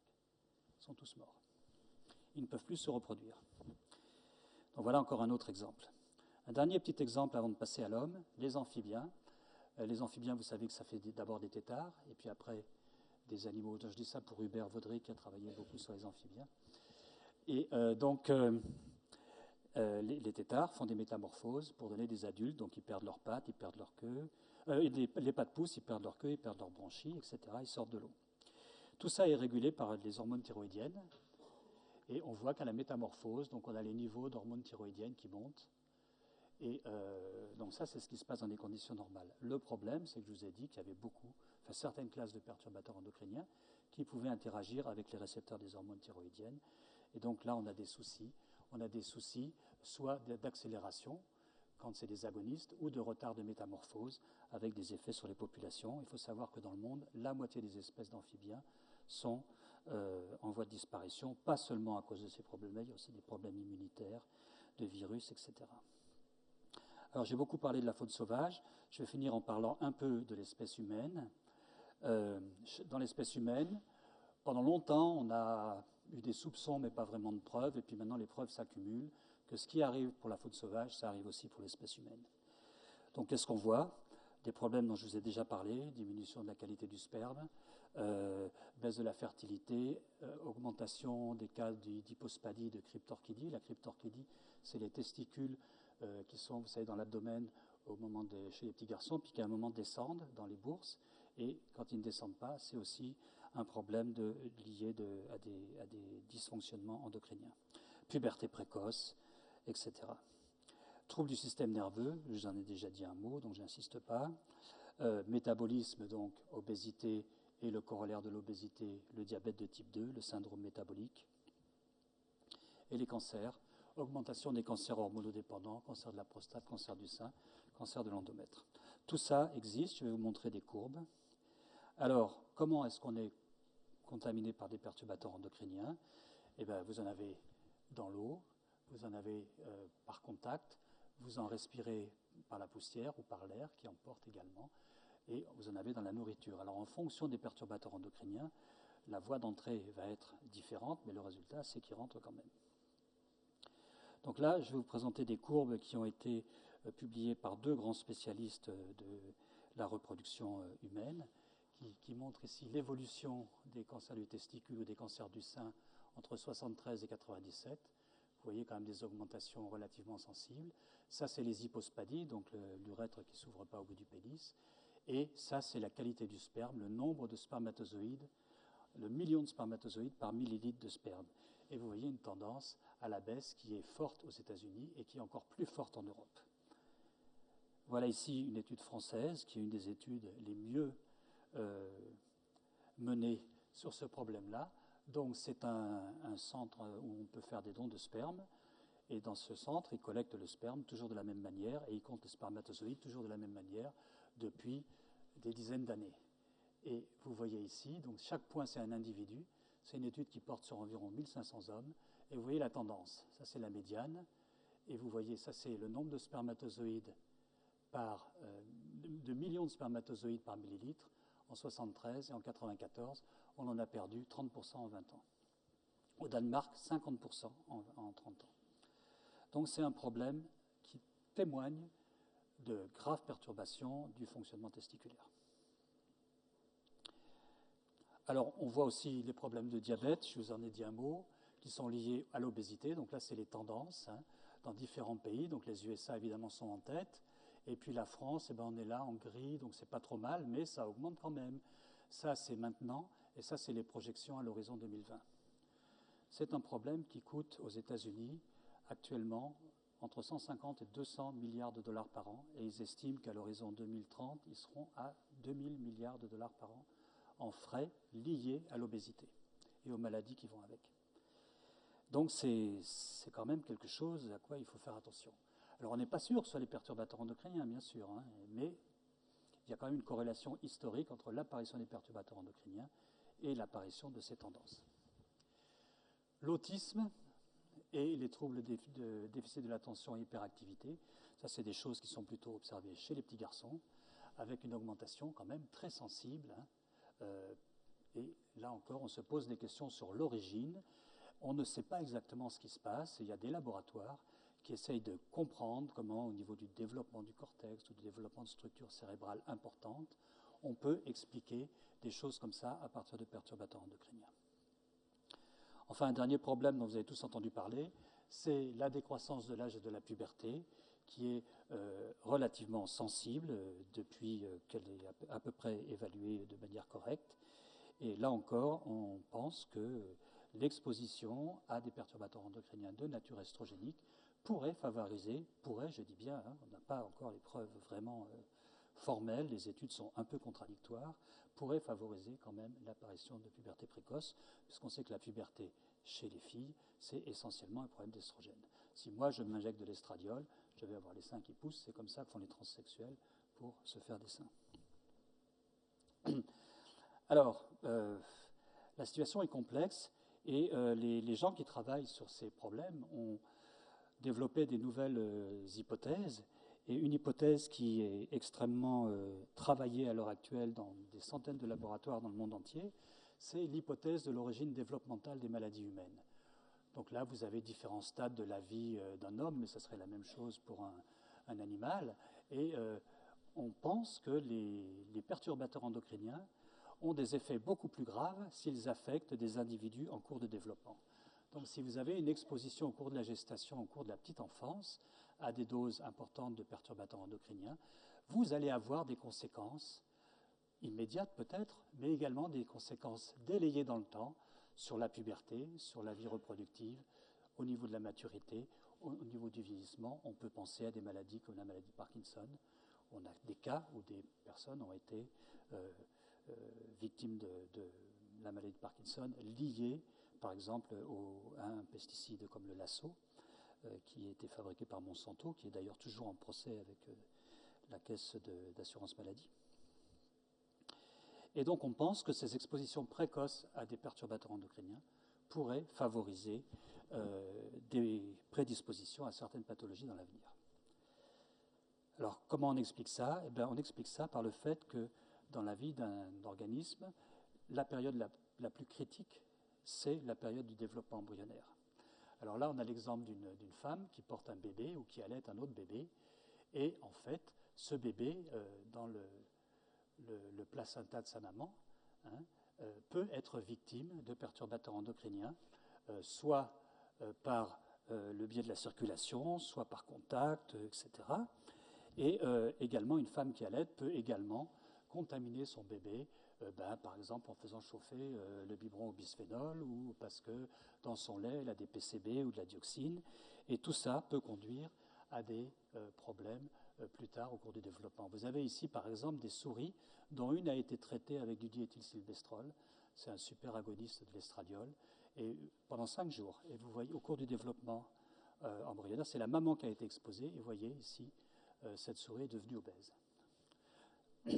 Alors justement, le diéthylsylvestrol, c'est un exemple de tragédie liée à l'usage abusif d'un superagoniste de l'estradiol qui a été donné à des millions de femmes enceintes dans les années 50 et 60. Ma maman a été traitée avec du diéthylsylvestrol.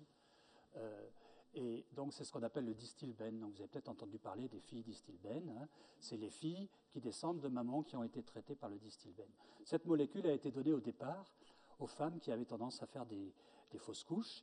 Et puis, comme ils n'en vendaient pas assez, ils ont fait des pubs en disant que, vous voyez ici, c'est marqué que c'est recommandé pour toutes les grossesses. Pas seulement les grossesses à problème, toutes les grossesses. Et donc, voilà, le résultat, c'est qu'on sait maintenant que les enfants nés de ces femmes qui ont été traitées par du diéthylsylvestrol ont des gros problèmes d'anomalie de développement de l'appareil reproducteur chez les filles et les garçons, stérilité beaucoup plus importante chez les filles, anomalie du spermogramme chez les garçons, et puis développement éventuellement de pathologies graves comme des adénocarcinomes du vagin ou des cas de cancer extrêmement rares. Ça, c'est sur les descendants directs. On sait maintenant que les descendants de notamment ces filles distilbène, les petites filles ont également des problèmes avec une augmentation accrue de cancer justement du vagin, de cancer relativement rare. Alors, ce que nous a appris cette histoire, cette tragédie, ça a véritablement été une tragédie, et il y a toujours des procès en cours à l'heure actuelle, c'est qu'on croyait que le placenta protégeait complètement l'embryon par une barrière qu'on appelle la barrière placentaire, qui est presque une barrière physique qui empêche des molécules de passer. Oui, mais les perturbateurs endocriniens, comme je vous l'ai dit, ils traversent cette barrière et ils peuvent aller affecter le bébé en cours du développement. Voilà, donc je vais terminer maintenant par quelques conclusions, parce que je pense que le temps passe, ça fait un petit moment que je parle. Donc, une première conclusion, c'est qu'un système endocrinien en bon état, ça c'est un message vraiment important, si vous vous rappelez que d'une chose, c'est celle-là, un système endocrinien en bon état est indispensable à la survie des espèces animales, y compris l'espèce humaine, et cette survie dépend de leur capacité à se développer et à se reproduire normalement. Conclusion 2, les perturbateurs endocriniens posent un véritable problème en matière de santé publique. On le sait parce qu'on a 3 arguments principaux. De nombreux produits répandus dans l'environnement répondent à la définition de perturbateurs endocriniens. On sait dans les laboratoires qu'ils se fixent sur les récepteurs, qu'ils les activent, et donc c'est exactement ce que fait un perturbateur endocrinien. Il existe de multiples exemples avérés de perturbations endocriniennes dans la faune sauvage. Je vous en ai présenté quelques-uns, mais il y a une littérature absolument considérable là-dessus. Et puis on constate chez l'espèce humaine, donc c'est ce que je viens de vous présenter, une augmentation de l'incidence de maladies liées à des désordres du système endocrinien. Alors, je vous ai parlé au début de la différence entre la toxicité aiguë et le problème de la perturbation endocrinienne. Le problème, c'est que la réglementation en matière de toxicité ou d'écotoxicité, elle est basée essentiellement sur des concepts de la toxicologie, alors que les perturbateurs endocriniens doivent être gérés selon les principes de l'endocrinologie. Et actuellement, il y a un débat. Les toxicologues et les endocrinologues se battent pour savoir qui a raison dans cette affaire. Il est clair que les toxicologues, pour eux, une dose de 10 puissance moins 12 molaires, ça n'a pas de sens. Pour un endocrinologue, ça a un sens. Une hormone peut agir à cette concentration-là. Alors, en effet, donc, les perturbateurs endocriniens agissent à de très faibles doses.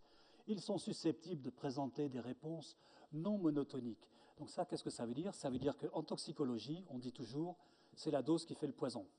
Donc plus vous en mettez et plus vous allez être toxique. En endocrinologie, ça ne marche pas comme ça. Vous pouvez avoir des courbes qui, au lieu d'être linéaires comme ça, vont être comme ça, en cloche, ou au contraire en U. Ça veut dire qu'il faut tester des gammes de doses beaucoup plus importantes. À la différence des produits toxiques, les perturbateurs endocriniens affectent préférentiellement les stades embryo-larvaires, donc les embryons en gestation ou les embryons en développement dans des œufs, si on considère des espèces ovipares, comme les oiseaux, les amphibiens, les poissons, les reptiles. Et puis les perturbateurs endocriniens, à la différence des produits toxiques qui vont affecter toutes les cellules à peu près de la même manière, eux, ils vont cibler des tissus particuliers en fonction des récepteurs qui sont portés par ces tissus. Alors pour finir, je vais vous parler très brièvement de deux questionnements très importants qui sont en cours. Je vous ai mis ici un papillon, parce que d'abord j'aime faire des photos d'insectes, et aussi parce que je ne vous ai jamais parlé pendant cet exposé d'invertébrés, insectes, très peu, si j'ai parlé un petit peu des gastéropodes. Il faut savoir que ces animaux-là, ces organismes, sont également victimes de perturbateurs endocriniens. Ils jouent un rôle considérable dans les milieux naturels. On peut penser aux abeilles, sans lesquelles l'économie agricole serait quasiment divisée par deux. Hein. Donc il ne faut pas oublier que les insectes aussi peuvent être perturbés par les produits qu'on met dans la nature. Et je pense que c'est un problème qui est sous-estimé. Plus d'insectes, ça veut dire des milieux écologiques très très perturbés. Hein. Il faut bien avoir ça en tête. Les insectes sont importants. Et un autre problème qui se pose maintenant et qui pose des interrogations vraiment importantes, c'est qu'il a été démontré dans certaines situations que les perturbateurs endocriniens peuvent avoir des effets transgénérationnels. Vous avez ici le titre d'un article qui est paru dans un des plus grands journaux scientifiques, qui s'appelle Science, en 2005, qui vient du laboratoire de Michael Skinner à Washington, et qui a montré qu'est-ce qu'il a fait. Il a exposé des femelles de rats, des rattes donc gestantes, à un produit qui s'appelle la vinclozoline, qui est un produit qui est utilisé dans le traitement notamment de la vigne. Et après, il a regardé les capacités reproductrices de la descendance. Et qu'est-ce qu'il a vu? Eh bien que les mâles de la première génération, enfin de la deuxième génération, ici numéro 2, étaient perturbés. Voilà un testicule normal avec des tubes séminifères et ici au milieu des spermatozoïdes.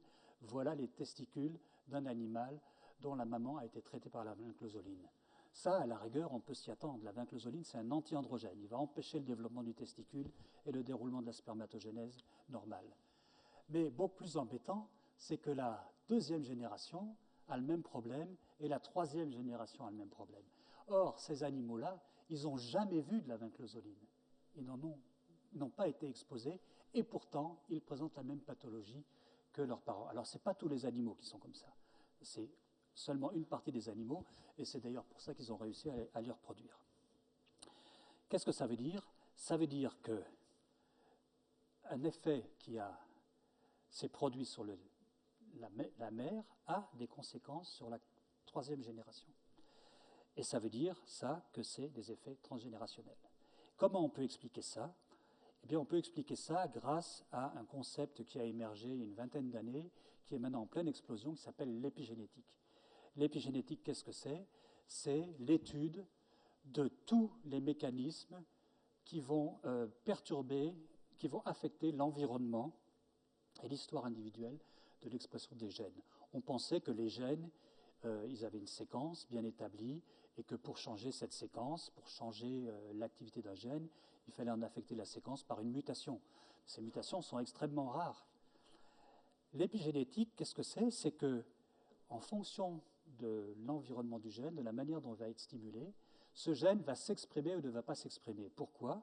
Parce que les gènes sont portés par... c'est un petit peu compliqué comme concept, mais c'est très important.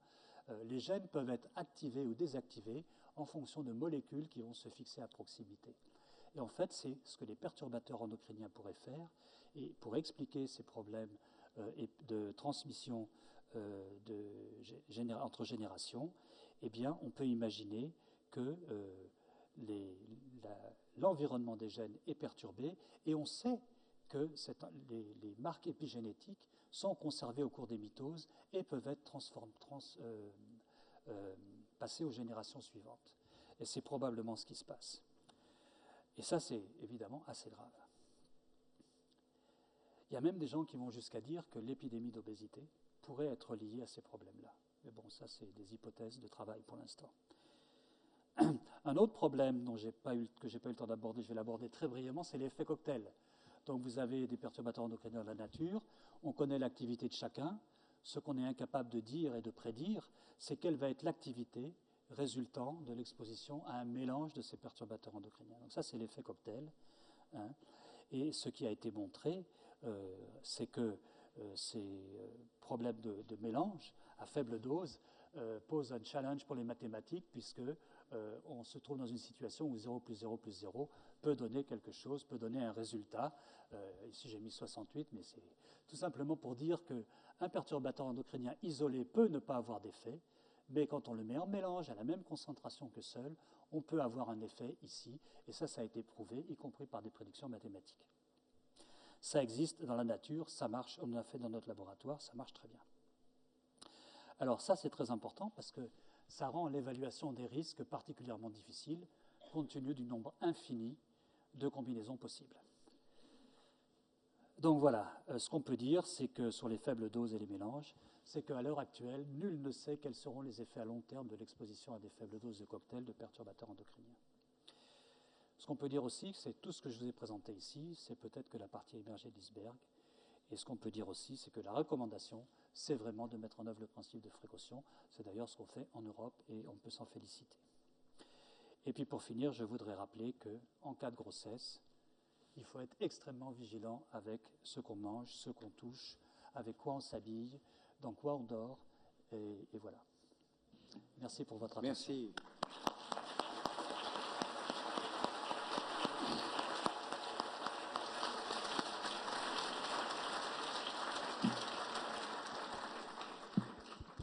Bon, on en a pris un petit coup au moral là quand même, mais on va essayer de retrouver la voie. J'ai vu Gérard Grancher vraiment tiquer très fort avec le 0, 0, 0 égale plus 0 égale 68, mais enfin, il n'y a peut-être pas que lui non plus. Alors, qui a quelque chose à dire, une remarque ou une question? Voilà, madame, bonsoir. Bonsoir. Voilà. Vous inclinez bien le micro, voilà. Bonsoir, monsieur, et merci pour votre exposé. Je voulais savoir, en ce qui concerne les Japonais, ils mangent beaucoup de poissons crus. Qu'est-ce qui va se passer pour eux? Les poissons crus, c'est un gros problème, et puis pas seulement les poissons crus, même les poissons cuits. Pour une raison très simple que je vous ai expliquée tout à l'heure, c'est le phénomène de bioaccumulation. Les gros poissons carnivores, comme les poissons dont raffolent les Japonais, qui sont le thon, qui sont les saumons, qui sont éventuellement des poissons genre dorade ou dorade coryphène ou des poissons comme ça, sont des poissons carnivores qui se nourrissent exclusivement d'autres poissons. Et donc le phénomène de bioaccumulation joue son rôle à plein. Maintenant, au Japon, je n'ai pas d'études vraiment précises qui mettent la population japonaise en péril. Par contre, dans des tas d'autres situations où on a eu des surexpositions à des PCB ou des choses comme ça, je vous ai parlé des Japonais, on peut parler des pêcheurs du lac Michigan, on a parlé des pêcheurs de la Baltique, là il y a des soucis.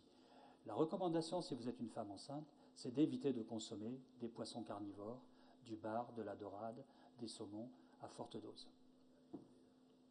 Parce que vous allez accumuler dans vos propres graisses toutes les graisses de ces poissons. Et peut-être en plus, enfin si je peux me permettre, des poissons d'eau douce carnivores, brochets, perches, etc. Aussi, parce que je pense que voilà. l'accumulation est plus importante. On n'en mange pas tous les jours. Hein. Non, bien les sûr. Japonais n'ont peut-être pas de soucis non plus, parce que je ne sais pas si vous êtes déjà allé au Japon, mais ça coûte quand même très cher le poisson cru au Japon. Hein. Vous n'en mangez pas tous les jours. Hein.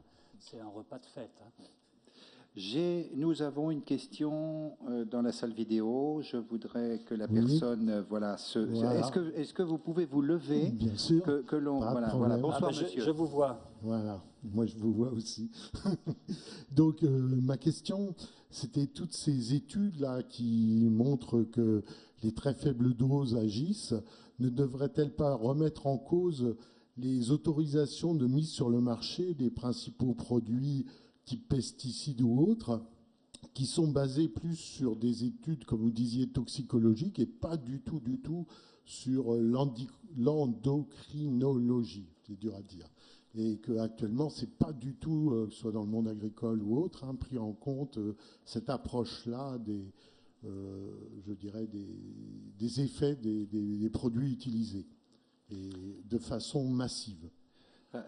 J'aimerais, pour rebondir, puisque c'est la mode, aujourd'hui on rebondit beaucoup dans les conversations, donc pour rebondir sur cette question-là, que vous en profitiez pour nous affiner cette espèce de conflit sous-jacent que vous avez semblé évoquer tout à l'heure entre les toxicologues et les endocrinologues. Comment des hommes de science peuvent-ils, comme ça, essayer de tirer la couverture et probablement les crédits à eux? Alors, je mets peut-être le doigt dans un engrenage épouvantable, là, mais quand même, c'est bizarre. La question de monsieur, c'est la mise sur le marché aussi. Alors, comment ça se fait qu'on laisse passer tout ça, quoi? Bon. Monsieur a tout à fait raison. C'est vraiment le fond du problème. Et le fond du problème, c'est évidemment la réglementation de la mise sur le marché de ces choses-là. Alors, les choses avancent quand même. On a vu que dans des situations critiques, on interdit les produits, ils sont éliminés, certains persistent, c'est embêtant, mais il y a quand même des interdictions qui sont faites. Le problème, c'est qu'il est multiple, le problème. On a le problème des lobbies industriels qui exercent des pressions. Vous savez maintenant qu'on ne peut pas toucher à une industrie.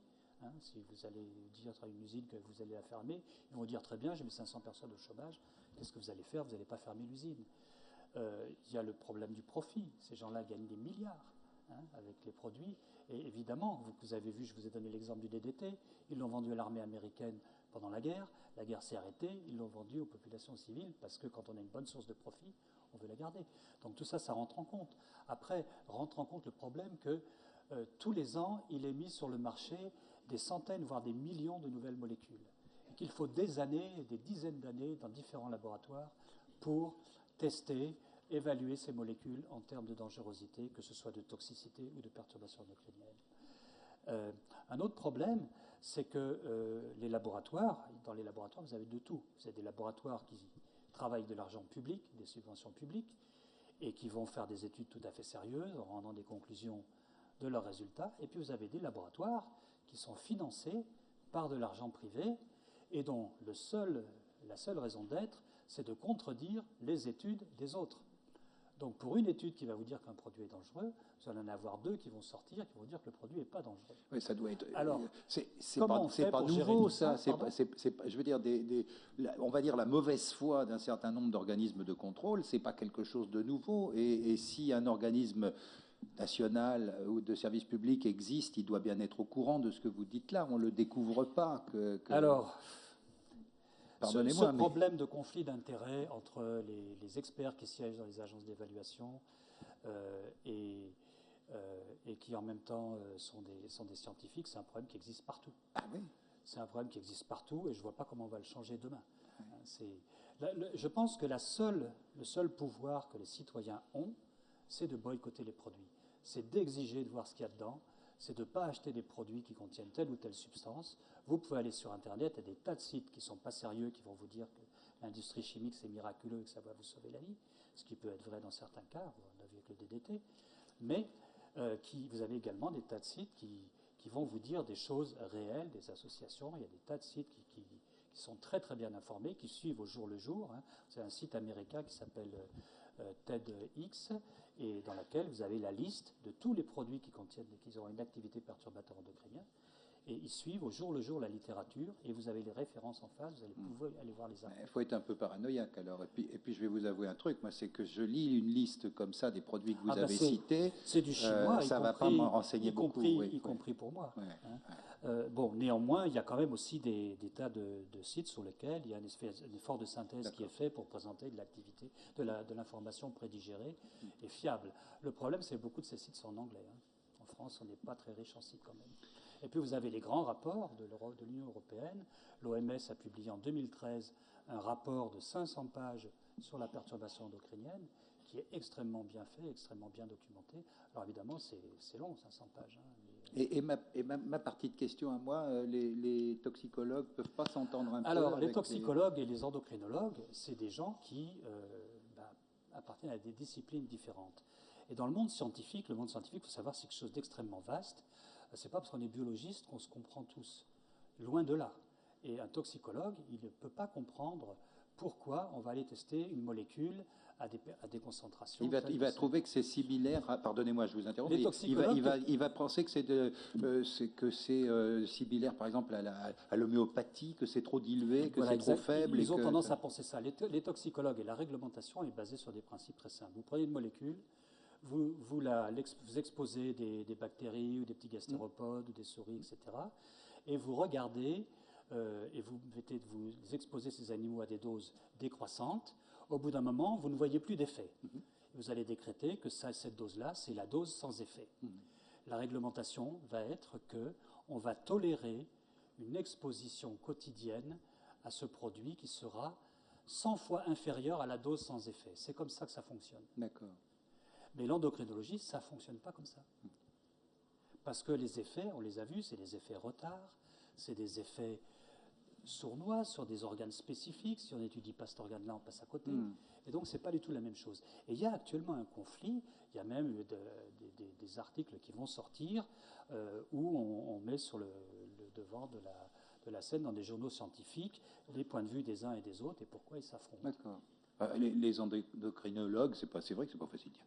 Ils sont quand même pas à aller cautionner la mémoire de l'eau ou des choses comme ça. Non, ça c'est un autre problème. Non, d'accord, mais enfin vous ne donnez pas dans des théories. Non, pas du tout. Non, pas du tout. Oui, monsieur, bonsoir. Attendez, pardonnez-moi, oui. C'était monsieur d'abord. Oui. Et puis Bonsoir. Tout d'abord, merci pour votre exposé extrêmement intéressant. Ma question sera en deux volets. Dans ma question, la première, j'ai souvent entendu dire que certaines eaux entre guillemets du robinet, l'eau que l'on trouve tous chez soi, était parfois plus saine que de l'eau en bouteille, de l'eau que l'on peut trouver dans les supermarchés ou ailleurs. Mais une chose m'a interpellé dans votre exposé, les filtres des stations d'épuration ne retiendraient pas tous les perturbateurs endocriniens. Ça veut dire que quand on boit de l'eau du robinet, forcément, on en ingurgite, avec tout ce que ça implique derrière. Donc, qu'en est-il vraiment? Est-ce que véritablement certaines eaux du robinet sont plus saines que certaines eaux minérales que l'on peut acheter en grande surface? Et le deuxième volet de ma question, c'est une question vraiment générique, assez vaste, assez large. Que préconisez-vous dans cette jungle des produits alimentaires de consommation courante, ce que l'on peut avoir dans nos assiettes tous les jours, pour s'exposer à minima à ces perturbateurs endocriniens? Parce que tout à l'heure, vous disiez, je vous préconise de manger sainement, etc., de dormir dans un lit approprié. Mais comment peut-on s'y retrouver justement pour manger sainement? Est-ce que le bio est mieux que le reste? Bref, quelle est votre analyse à vous? Voilà. J'en ai pour une demi-heure à répondre à tout ça. Non. Merci pour la réponse. Votre première question, c'est un débat. Eau du robinet versus eau minérale. Pendant longtemps, on a considéré que le minéral, c'était mieux. Et puis maintenant, avec les problèmes de polycarbonate, etc., de bisphénol, on se pose la question. Il y a eu une étude qui a été faite en Allemagne, extrêmement bien faite, où un laboratoire a pris 20 bouteilles d'eau minérale de marques très connues. Ils ne citent pas les mots des bouteilles, mais ils disent que c'est les grandes marques européennes, donc on peut imaginer Evian, Contrex, Volvic, etc. Et ils ont vidé ces bouteilles. Ils ont enlevé l'eau et ils ont mis dedans de l'eau ultra pure de leur laboratoire hyper filtré, donc c'est H2O et seulement H2O. Ils ont refermé les bouteilles avec les bouchons, ils ont laissé ça incuber un certain temps, je ne me souviens plus de la période, plusieurs semaines, et après ils ont testé ces eaux sur un certain nombre de tests qu'on a, nous autres endocrinologues. On a des tests qui permettent de dire si une molécule est estrogénique ou pas estrogénique. y compris avec des tests extrêmement sensibles qui détectent des doses très basses. Et qu'est-ce qu'il est ressorti de cette étude? Sur les 20 marques, il y avait 12 eaux qui étaient contaminées par des perturbateurs endocriniens à activité estrogénique. Donc c'est un test qui est mené sur des cellules cancéreuses d'origine humaine qui sont cultivées et ces cellules prolifèrent si on leur donne des estrogènes. Et donc dans ce test-là, sur 20 bouteilles d'eau minérale, 12 étaient positives. Ensuite, ils ont été plus loin, ils ont essayé de savoir si c'était l'eau de départ qui avait éventuellement contaminé la bouteille ou si c'était les bouchons. Et ils ont trouvé que dans, je crois me souvenir que c'est 7 cas, c'était l'eau elle-même qui au départ était contaminée et c'était avec accroché des molécules sur le plastique. Et quelquefois, c'était le bouchon de la bouteille qui contaminait également l'eau. Donc l'eau minérale, apparemment, elle est pas toujours aussi parfaite qu'elle devrait l'être. L'eau du robinet, je pense qu'elle ne l'est pas non plus, parce que le problème des perturbateurs endocriniens, c'est qu'en matière de régulation et de législation, c'est le néant.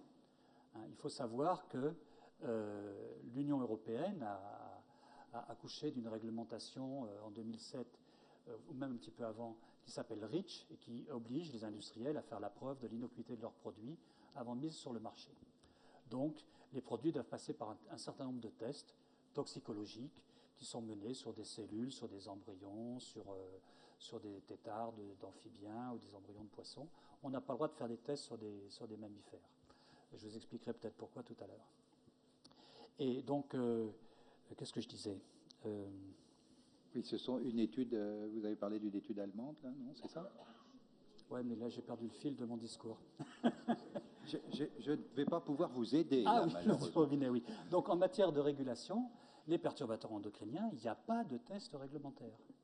Donc, la réglementation REACH, c'est très bien, elle est rentrée en vigueur en 2010, et ils sont toujours en train de réfléchir avec l'organisation l'OCDE, donc l'Organisation du commerce et du développement économique, ils réfléchissent à des tests qui pourraient être des tests réglementaires. Mais cette réflexion, ça fait 30 ans qu'elle dure. Et donc, il n'y a aucun test actuellement. Bien. Alors, nous, on a développé dans notre laboratoire un petit test qui marche très très bien. On a un poisson qu'on a fabriqué, un petit poisson transgénique. Et quand on expose les embryons de ce petit poisson à une substance estrogénique, son cerveau devient fluorescent.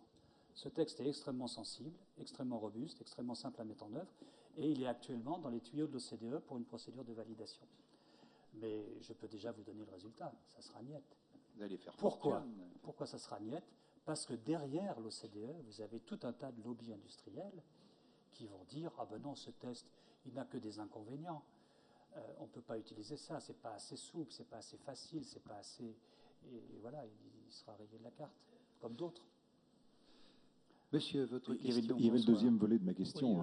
Ah, le deuxième volet sur qui la nourriture. Ah oui, oui. Alors, la ce que nourriture, l'on a dans nos Comment est-ce assiettes qu'on au quotidien. s'habille, où est-ce qu'on dort, Alors- etc. C'est vrai, oui. Ben nous, on mange, mon épouse est là, elle me nourrit très bien. Elle me nourrit essentiellement avec des produits bio. On a une ferme bio juste à côté de chez nous et on achète du bio. C'est pas qu'on ne sera pas exposé, mais je pense qu'on va quand même bien réduire les choses.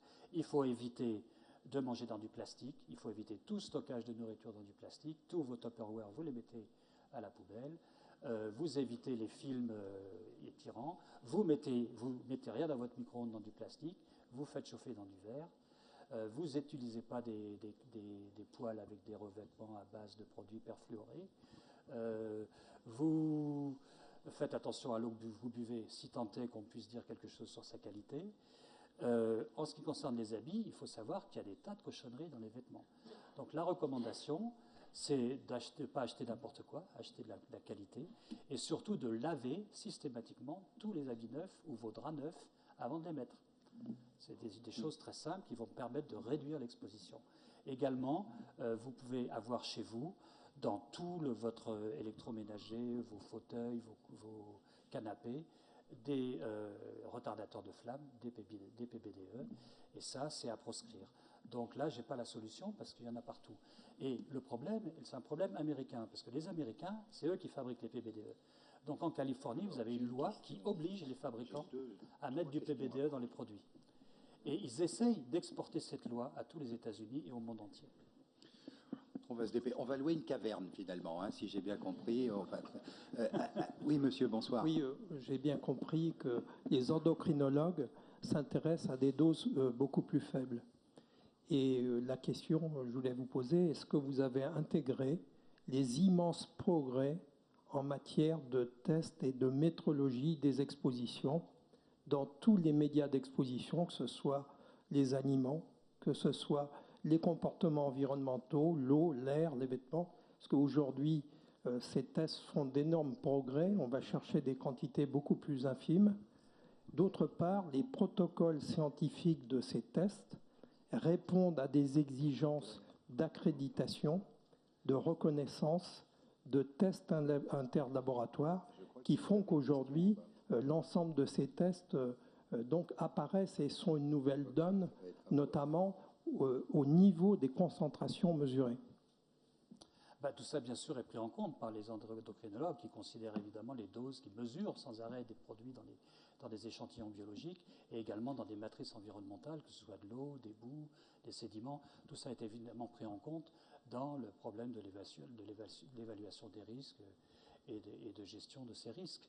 Mais ce n'est pas ça qui nous protège des perturbateurs endocriniens. Ce n'est pas de savoir qu'il y en a qui nous protège des perturbateurs endocriniens. C'est comment on fait pour qu'ils n'aient pas d'effet. Ou l'amélioration de certaines filières. Vous évoquez par exemple les vêtements. Donc c'est un certain nombre de contrôles à l'importation dans les échanges internationaux qui permettent justement de mettre un certain nombre de filtres, d'autre part dans les bonnes pratiques. Ça, c'est un très gros problème, le problème de l'importation de produits qui sont interdits à la fabrication en Europe. On a même des cas où on a des usines françaises qui vont délocaliser uniquement pour pouvoir utiliser des produits qui sont interdits chez nous. Donc ça, c'est un gros problème. Oui, mais je ne pense pas qu'on puisse aller...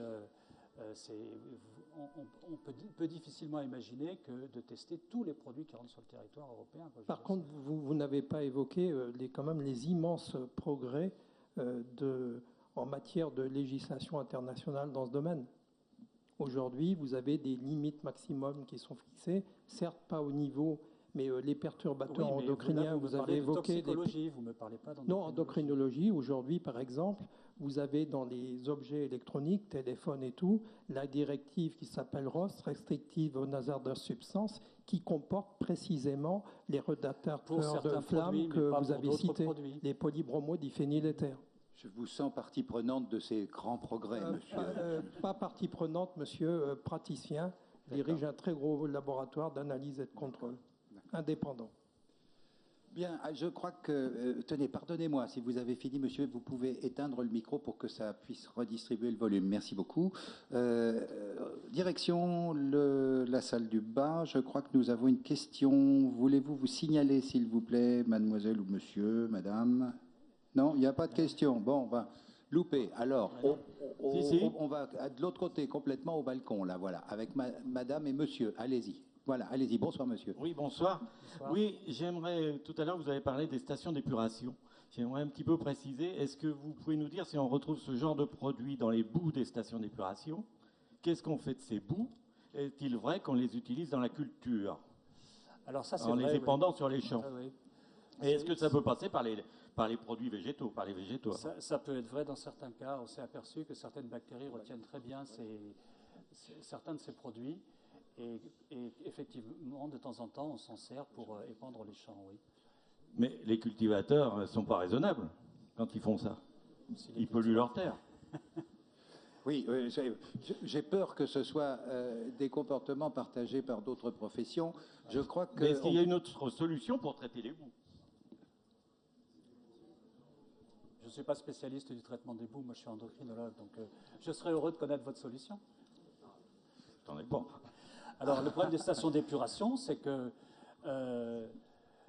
elles ne prennent pas trop en compte ces problèmes-là dans le traitement des eaux. Nous, j'ai dit tout à l'heure qu'on disposait d'un test qui permettait de détecter des substances estrogéniques avec une efficacité tout à fait intéressante. Je suis allé voir le syndicat du bassin versant qui régit les eaux qui arrivent dans mon village en leur proposant de profiter de leur prélèvement pour tester leurs eaux pour la présence de substances estrogéniques. Je leur ai envoyé 4 ou 5 messages, je n'ai jamais eu de réponse. Et voilà. Bon, madame, bonsoir. Oui, bonsoir. Ça va un petit peu dans le même sens que la question qui a été posée ici avant. Si les chimistes sont capables de nous inventer des molécules qui sont des molécules toxiques, est-ce qu'on ne peut pas imposer à un moment donné, au niveau sociétaire, qu'ils inventent des molécules pour capter ces toxiques? C'est-à-dire que pourquoi attendre que ce soit les masses lipidiques qui prennent ces toxiques, qu'on ingurgite? Pourquoi est-ce qu'on ne pourrait pas les capter et les détruire? C'est un problème politique, là. Ouais, là, moi, je n'ai pas la réponse à ça. Pourquoi? Parce qu'on ne le fait pas. C'est malheureux dans bien des domaines. À mettre en œuvre. Ouais. Pardonnez-moi, hein, j'ai encore une question là-bas, je crois, juste après. Voilà. Oui, bonsoir, monsieur. Oui, bonsoir. Vous parliez que les perturbateurs se fixent comme des clés sur les récepteurs des cellules. Est-ce que ces clés sont fixées définitivement par ces perturbateurs ou est-ce qu'elles peuvent partir d'elles-mêmes au bout d'un certain moment? Non, bien entendu, tout ça est très finement régulé. Une hormone qui se fixe sur un récepteur, ça ne dure pas toute la vie, bien sûr, sinon ça ne fonctionnerait pas. C'est régulé de manière extrêmement fine. Et là, on a affaire à toute une série de cas particuliers. On peut avoir des cas où le récepteur va être internalisé, donc ne sera plus disponible sur la membrane, sera recyclé par la cellule et éventuellement remis à la surface. Pour que le système fonctionne, il faut qu'il y ait régulation d'une part de la fabrication de l'hormone et d'autre part de l'expression du récepteur. Sur les cellules, tout ça est régulé. Le récepteur, il est plus présent à certains moments, moins présent à d'autres. L'hormone est plus présente à certains moments, moins présente à d'autres. Et évidemment, l'hormone, une fois qu'elle est sur son récepteur, ne reste pas indéfiniment. C'est quelques heures, c'est quelques minutes, ça dépend. Il y a tout un tas de figures. Par exemple, un récepteur nucléaire qui reçoit de l'estradiol, eh bien, il va être détruit automatiquement et c'est un autre récepteur qui va pouvoir reprendre une molécule d'estradiol et tout ça fonctionne de manière cyclique. Alors la sensibilité d'une cellule, elle va aussi dépendre du nombre de récepteurs qui est présent à la surface ou à l'intérieur de cette cellule. Et tout ça, encore une fois, est extrêmement finement régulé.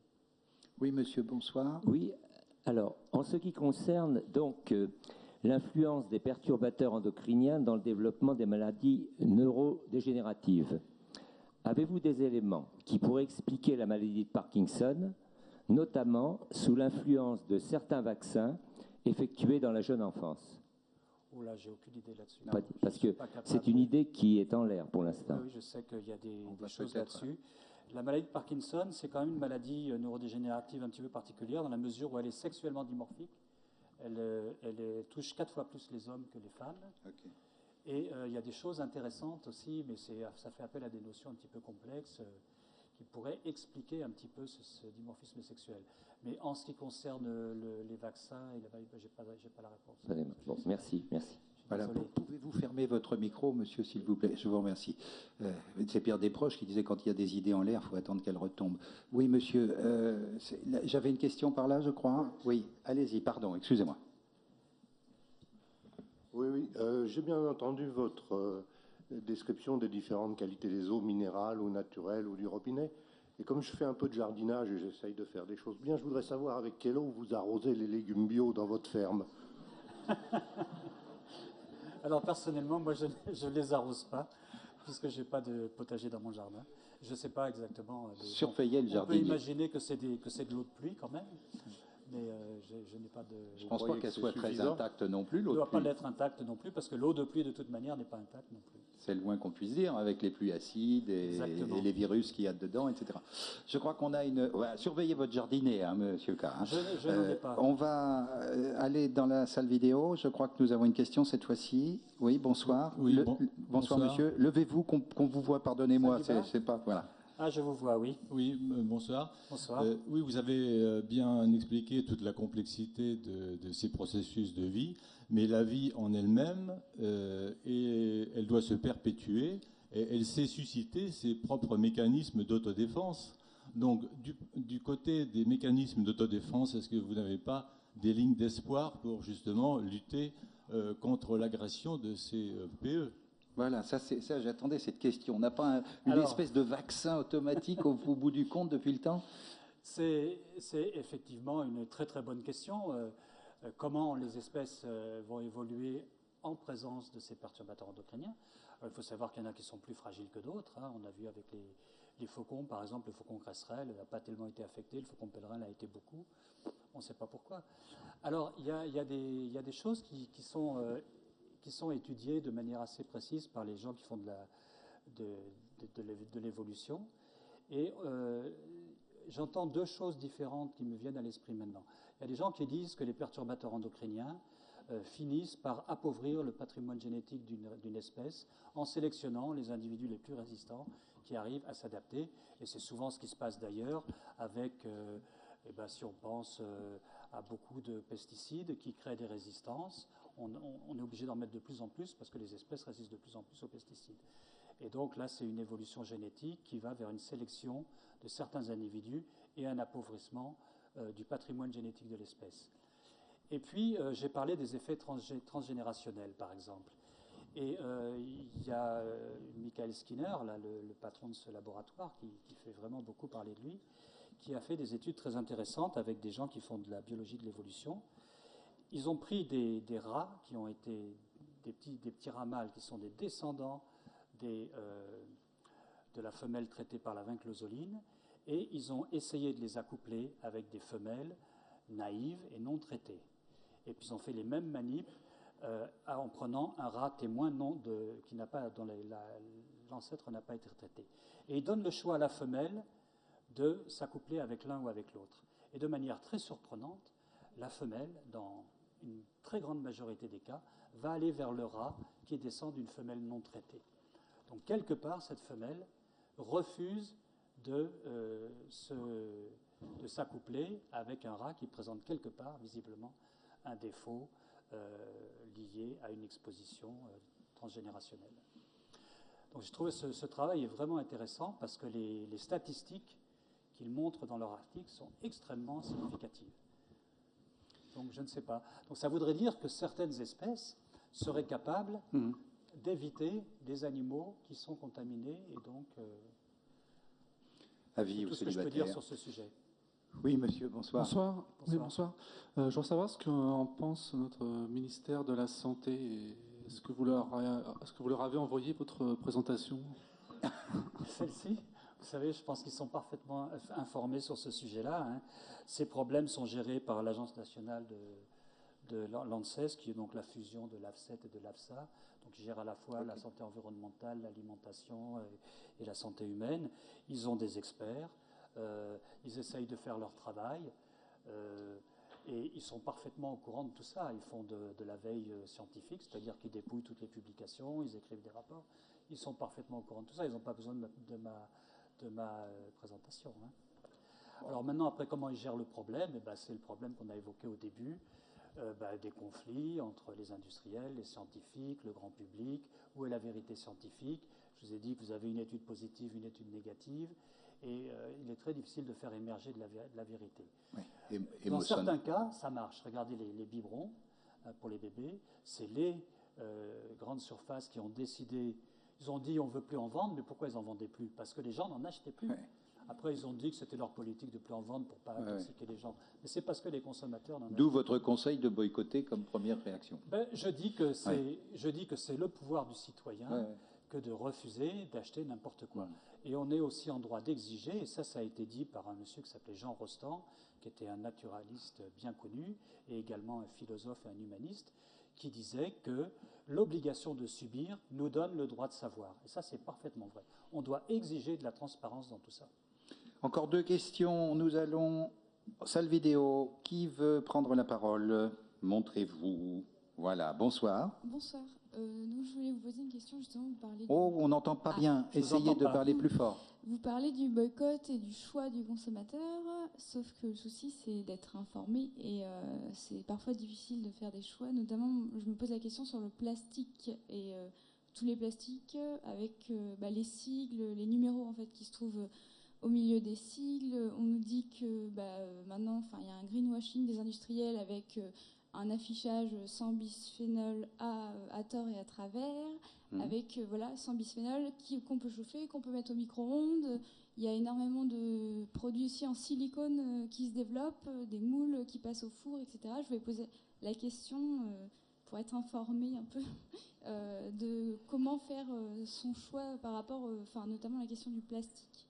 Ah oui, bon, alors vous, en fait, vous râlez contre la complexité de tous les signaux, et quand il y en a, bon, c'est vrai qu'il n'y a pas de formation à ça. C'est un hein. problème Moi, de signalétique. Moi, je suis, chaque fois que je vais m'acheter des fringues, par exemple, je vais rentrer dans un magasin, je vais acheter ce truc-là, j'essaye de savoir d'où ça vient, et je ne peux pas savoir d'où ça vient dans la plupart des cas. Je ne peux pas savoir ce qu'il y a dedans. Il faut savoir que dans beaucoup d'habits, vous avez des nanoparticules qui vous permettent d'avoir des propriétés intéressantes, des habits qui ne froissent pas, etc. Ces nanoparticules sont nocives. Hein. Il y a aussi toute une thématique là-dessus sur les nanoparticules, sur les nanomatériaux, dont on ne parle pas trop, mais qui existe. J'ai des collègues qui travaillent là-dessus, qui sont financés pour travailler là-dessus. Je crois qu'il faut vraiment exiger, dire moi j'achète pas si vous me dites pas qu'est-ce qu'il y a dedans. Comme en général les vendeurs le savent pas non plus. Si vous allez dans une grande surface et que le même jour vous avez 100 personnes qui disent je veux pas acheter ça parce que je sais pas ce qu'il y a dedans, eh ben je peux vous dire qu'ils vont réagir. Une petite question là. Oui, j'ai bien noté dans votre exposé la difficulté de la communauté scientifique et des pouvoirs publics à faire évoluer les réglementations pour limiter justement l'épandage et tous les moyens qui sont aujourd'hui à la disposition pour polluer les sols, je dirais.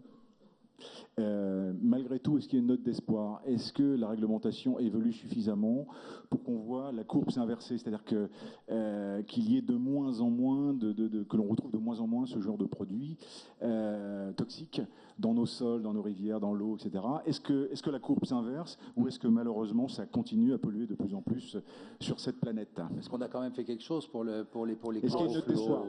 Je pense que oui, il y a des choses qui vont dans le bon sens. Hein. Vous avez en Europe des pays qui ont, comme le Danemark, réduit de manière considérable l'utilisation de pesticides dans leurs champs. Et la France a également un plan qui s'appelle le plan Ecophyto, qui prévoit donc à l'horizon 2018 de réduire de moitié l'épandage de produits dits phytosanitaires dans les champs. Sauf que ils ont déjà annoncé à plusieurs reprises que tous les objectifs ne seraient pas atteints. Vous avez également en Europe le plan qualité des eaux qui souhaite améliorer aussi de manière considérable les eaux, la qualité des eaux de surface dans toute l'Europe. Mais c'est une problématique extrêmement difficile parce que, encore une fois, la réglementation n'évolue pas à la même vitesse que les problèmes qui peuvent être liés par le mise sur le marché de telle ou telle molécule. Et l'industrie chimique, elle est très douée pour vous mettre une molécule un tout petit peu différente de celle qui est interdite et qui, elle, n'est pas interdite. L'exemple du chlordécone est absolument typique. Ils ont commencé par commercialiser le produit sous le nom de Kipon. Il y a eu un accident très grave aux États-Unis qui a contaminé toute une ville. Mais ils n'ont pas arrêté de fabriquer du Kipon. Ils ont juste changé le nom. Ils l'ont appelé Curlone. Ils ont continué à le vendre. Je vais enregistrer cette réponse parce que le 28 novembre, dans le cadre des forums, nous aurons Gérard Ferret qui nous parlera de la chimie et qui nous dira si c'est le diable ou le bon Dieu. Alors, comme vous venez de les mettre en... Je pense que la chimie, c'est pas le diable ou le bon Dieu. C'est les intérêts commerciaux qui sont derrière. J'ai une petite question pour finir. Moi, qu'est-ce qui va se passer avec cette épouvantable île flottante que l'on ne mange pas, mais que les poissons doivent bien manger? Ça, je ne sais pas. Cette île flottante en plastique qui se trimballe, je crois, dans le Pacifique Nord, hein, c'est ça, oui, dans l'Atlantique, et qui fait une fois la France, continent. Je crois, hein, et qui doit faire à peu près la France, enfin, c'est quelque chose comme ça, oui. Là, c'est quand même tout bénef pour les vendeurs de. Je ne sais pas ce qui va. Je ne sais pas ce qui va se passer. C'est horriblement nocif, enfin pour les. C'est terrible. Et il paraît qu'il y a des algues qui se développent dedans, un petit peu comme des espèces de poissons. Oui, qui vont peut-être finalement venir à bout de ces plastiques, hein, mais je pense qu'il y aura quand même des dégâts collatéraux. Eh bien, j'aimerais que vous rappelez, donc on parle chimie le 28 novembre, mais avant ça, on parlera de Diderot et d'Alembert et les autres, comme dirait le film. Je pense, et Diderot et l'encyclopédie le 24 octobre prochain, et j'aimerais que l'on remercie Olivier K pour sa démonstration.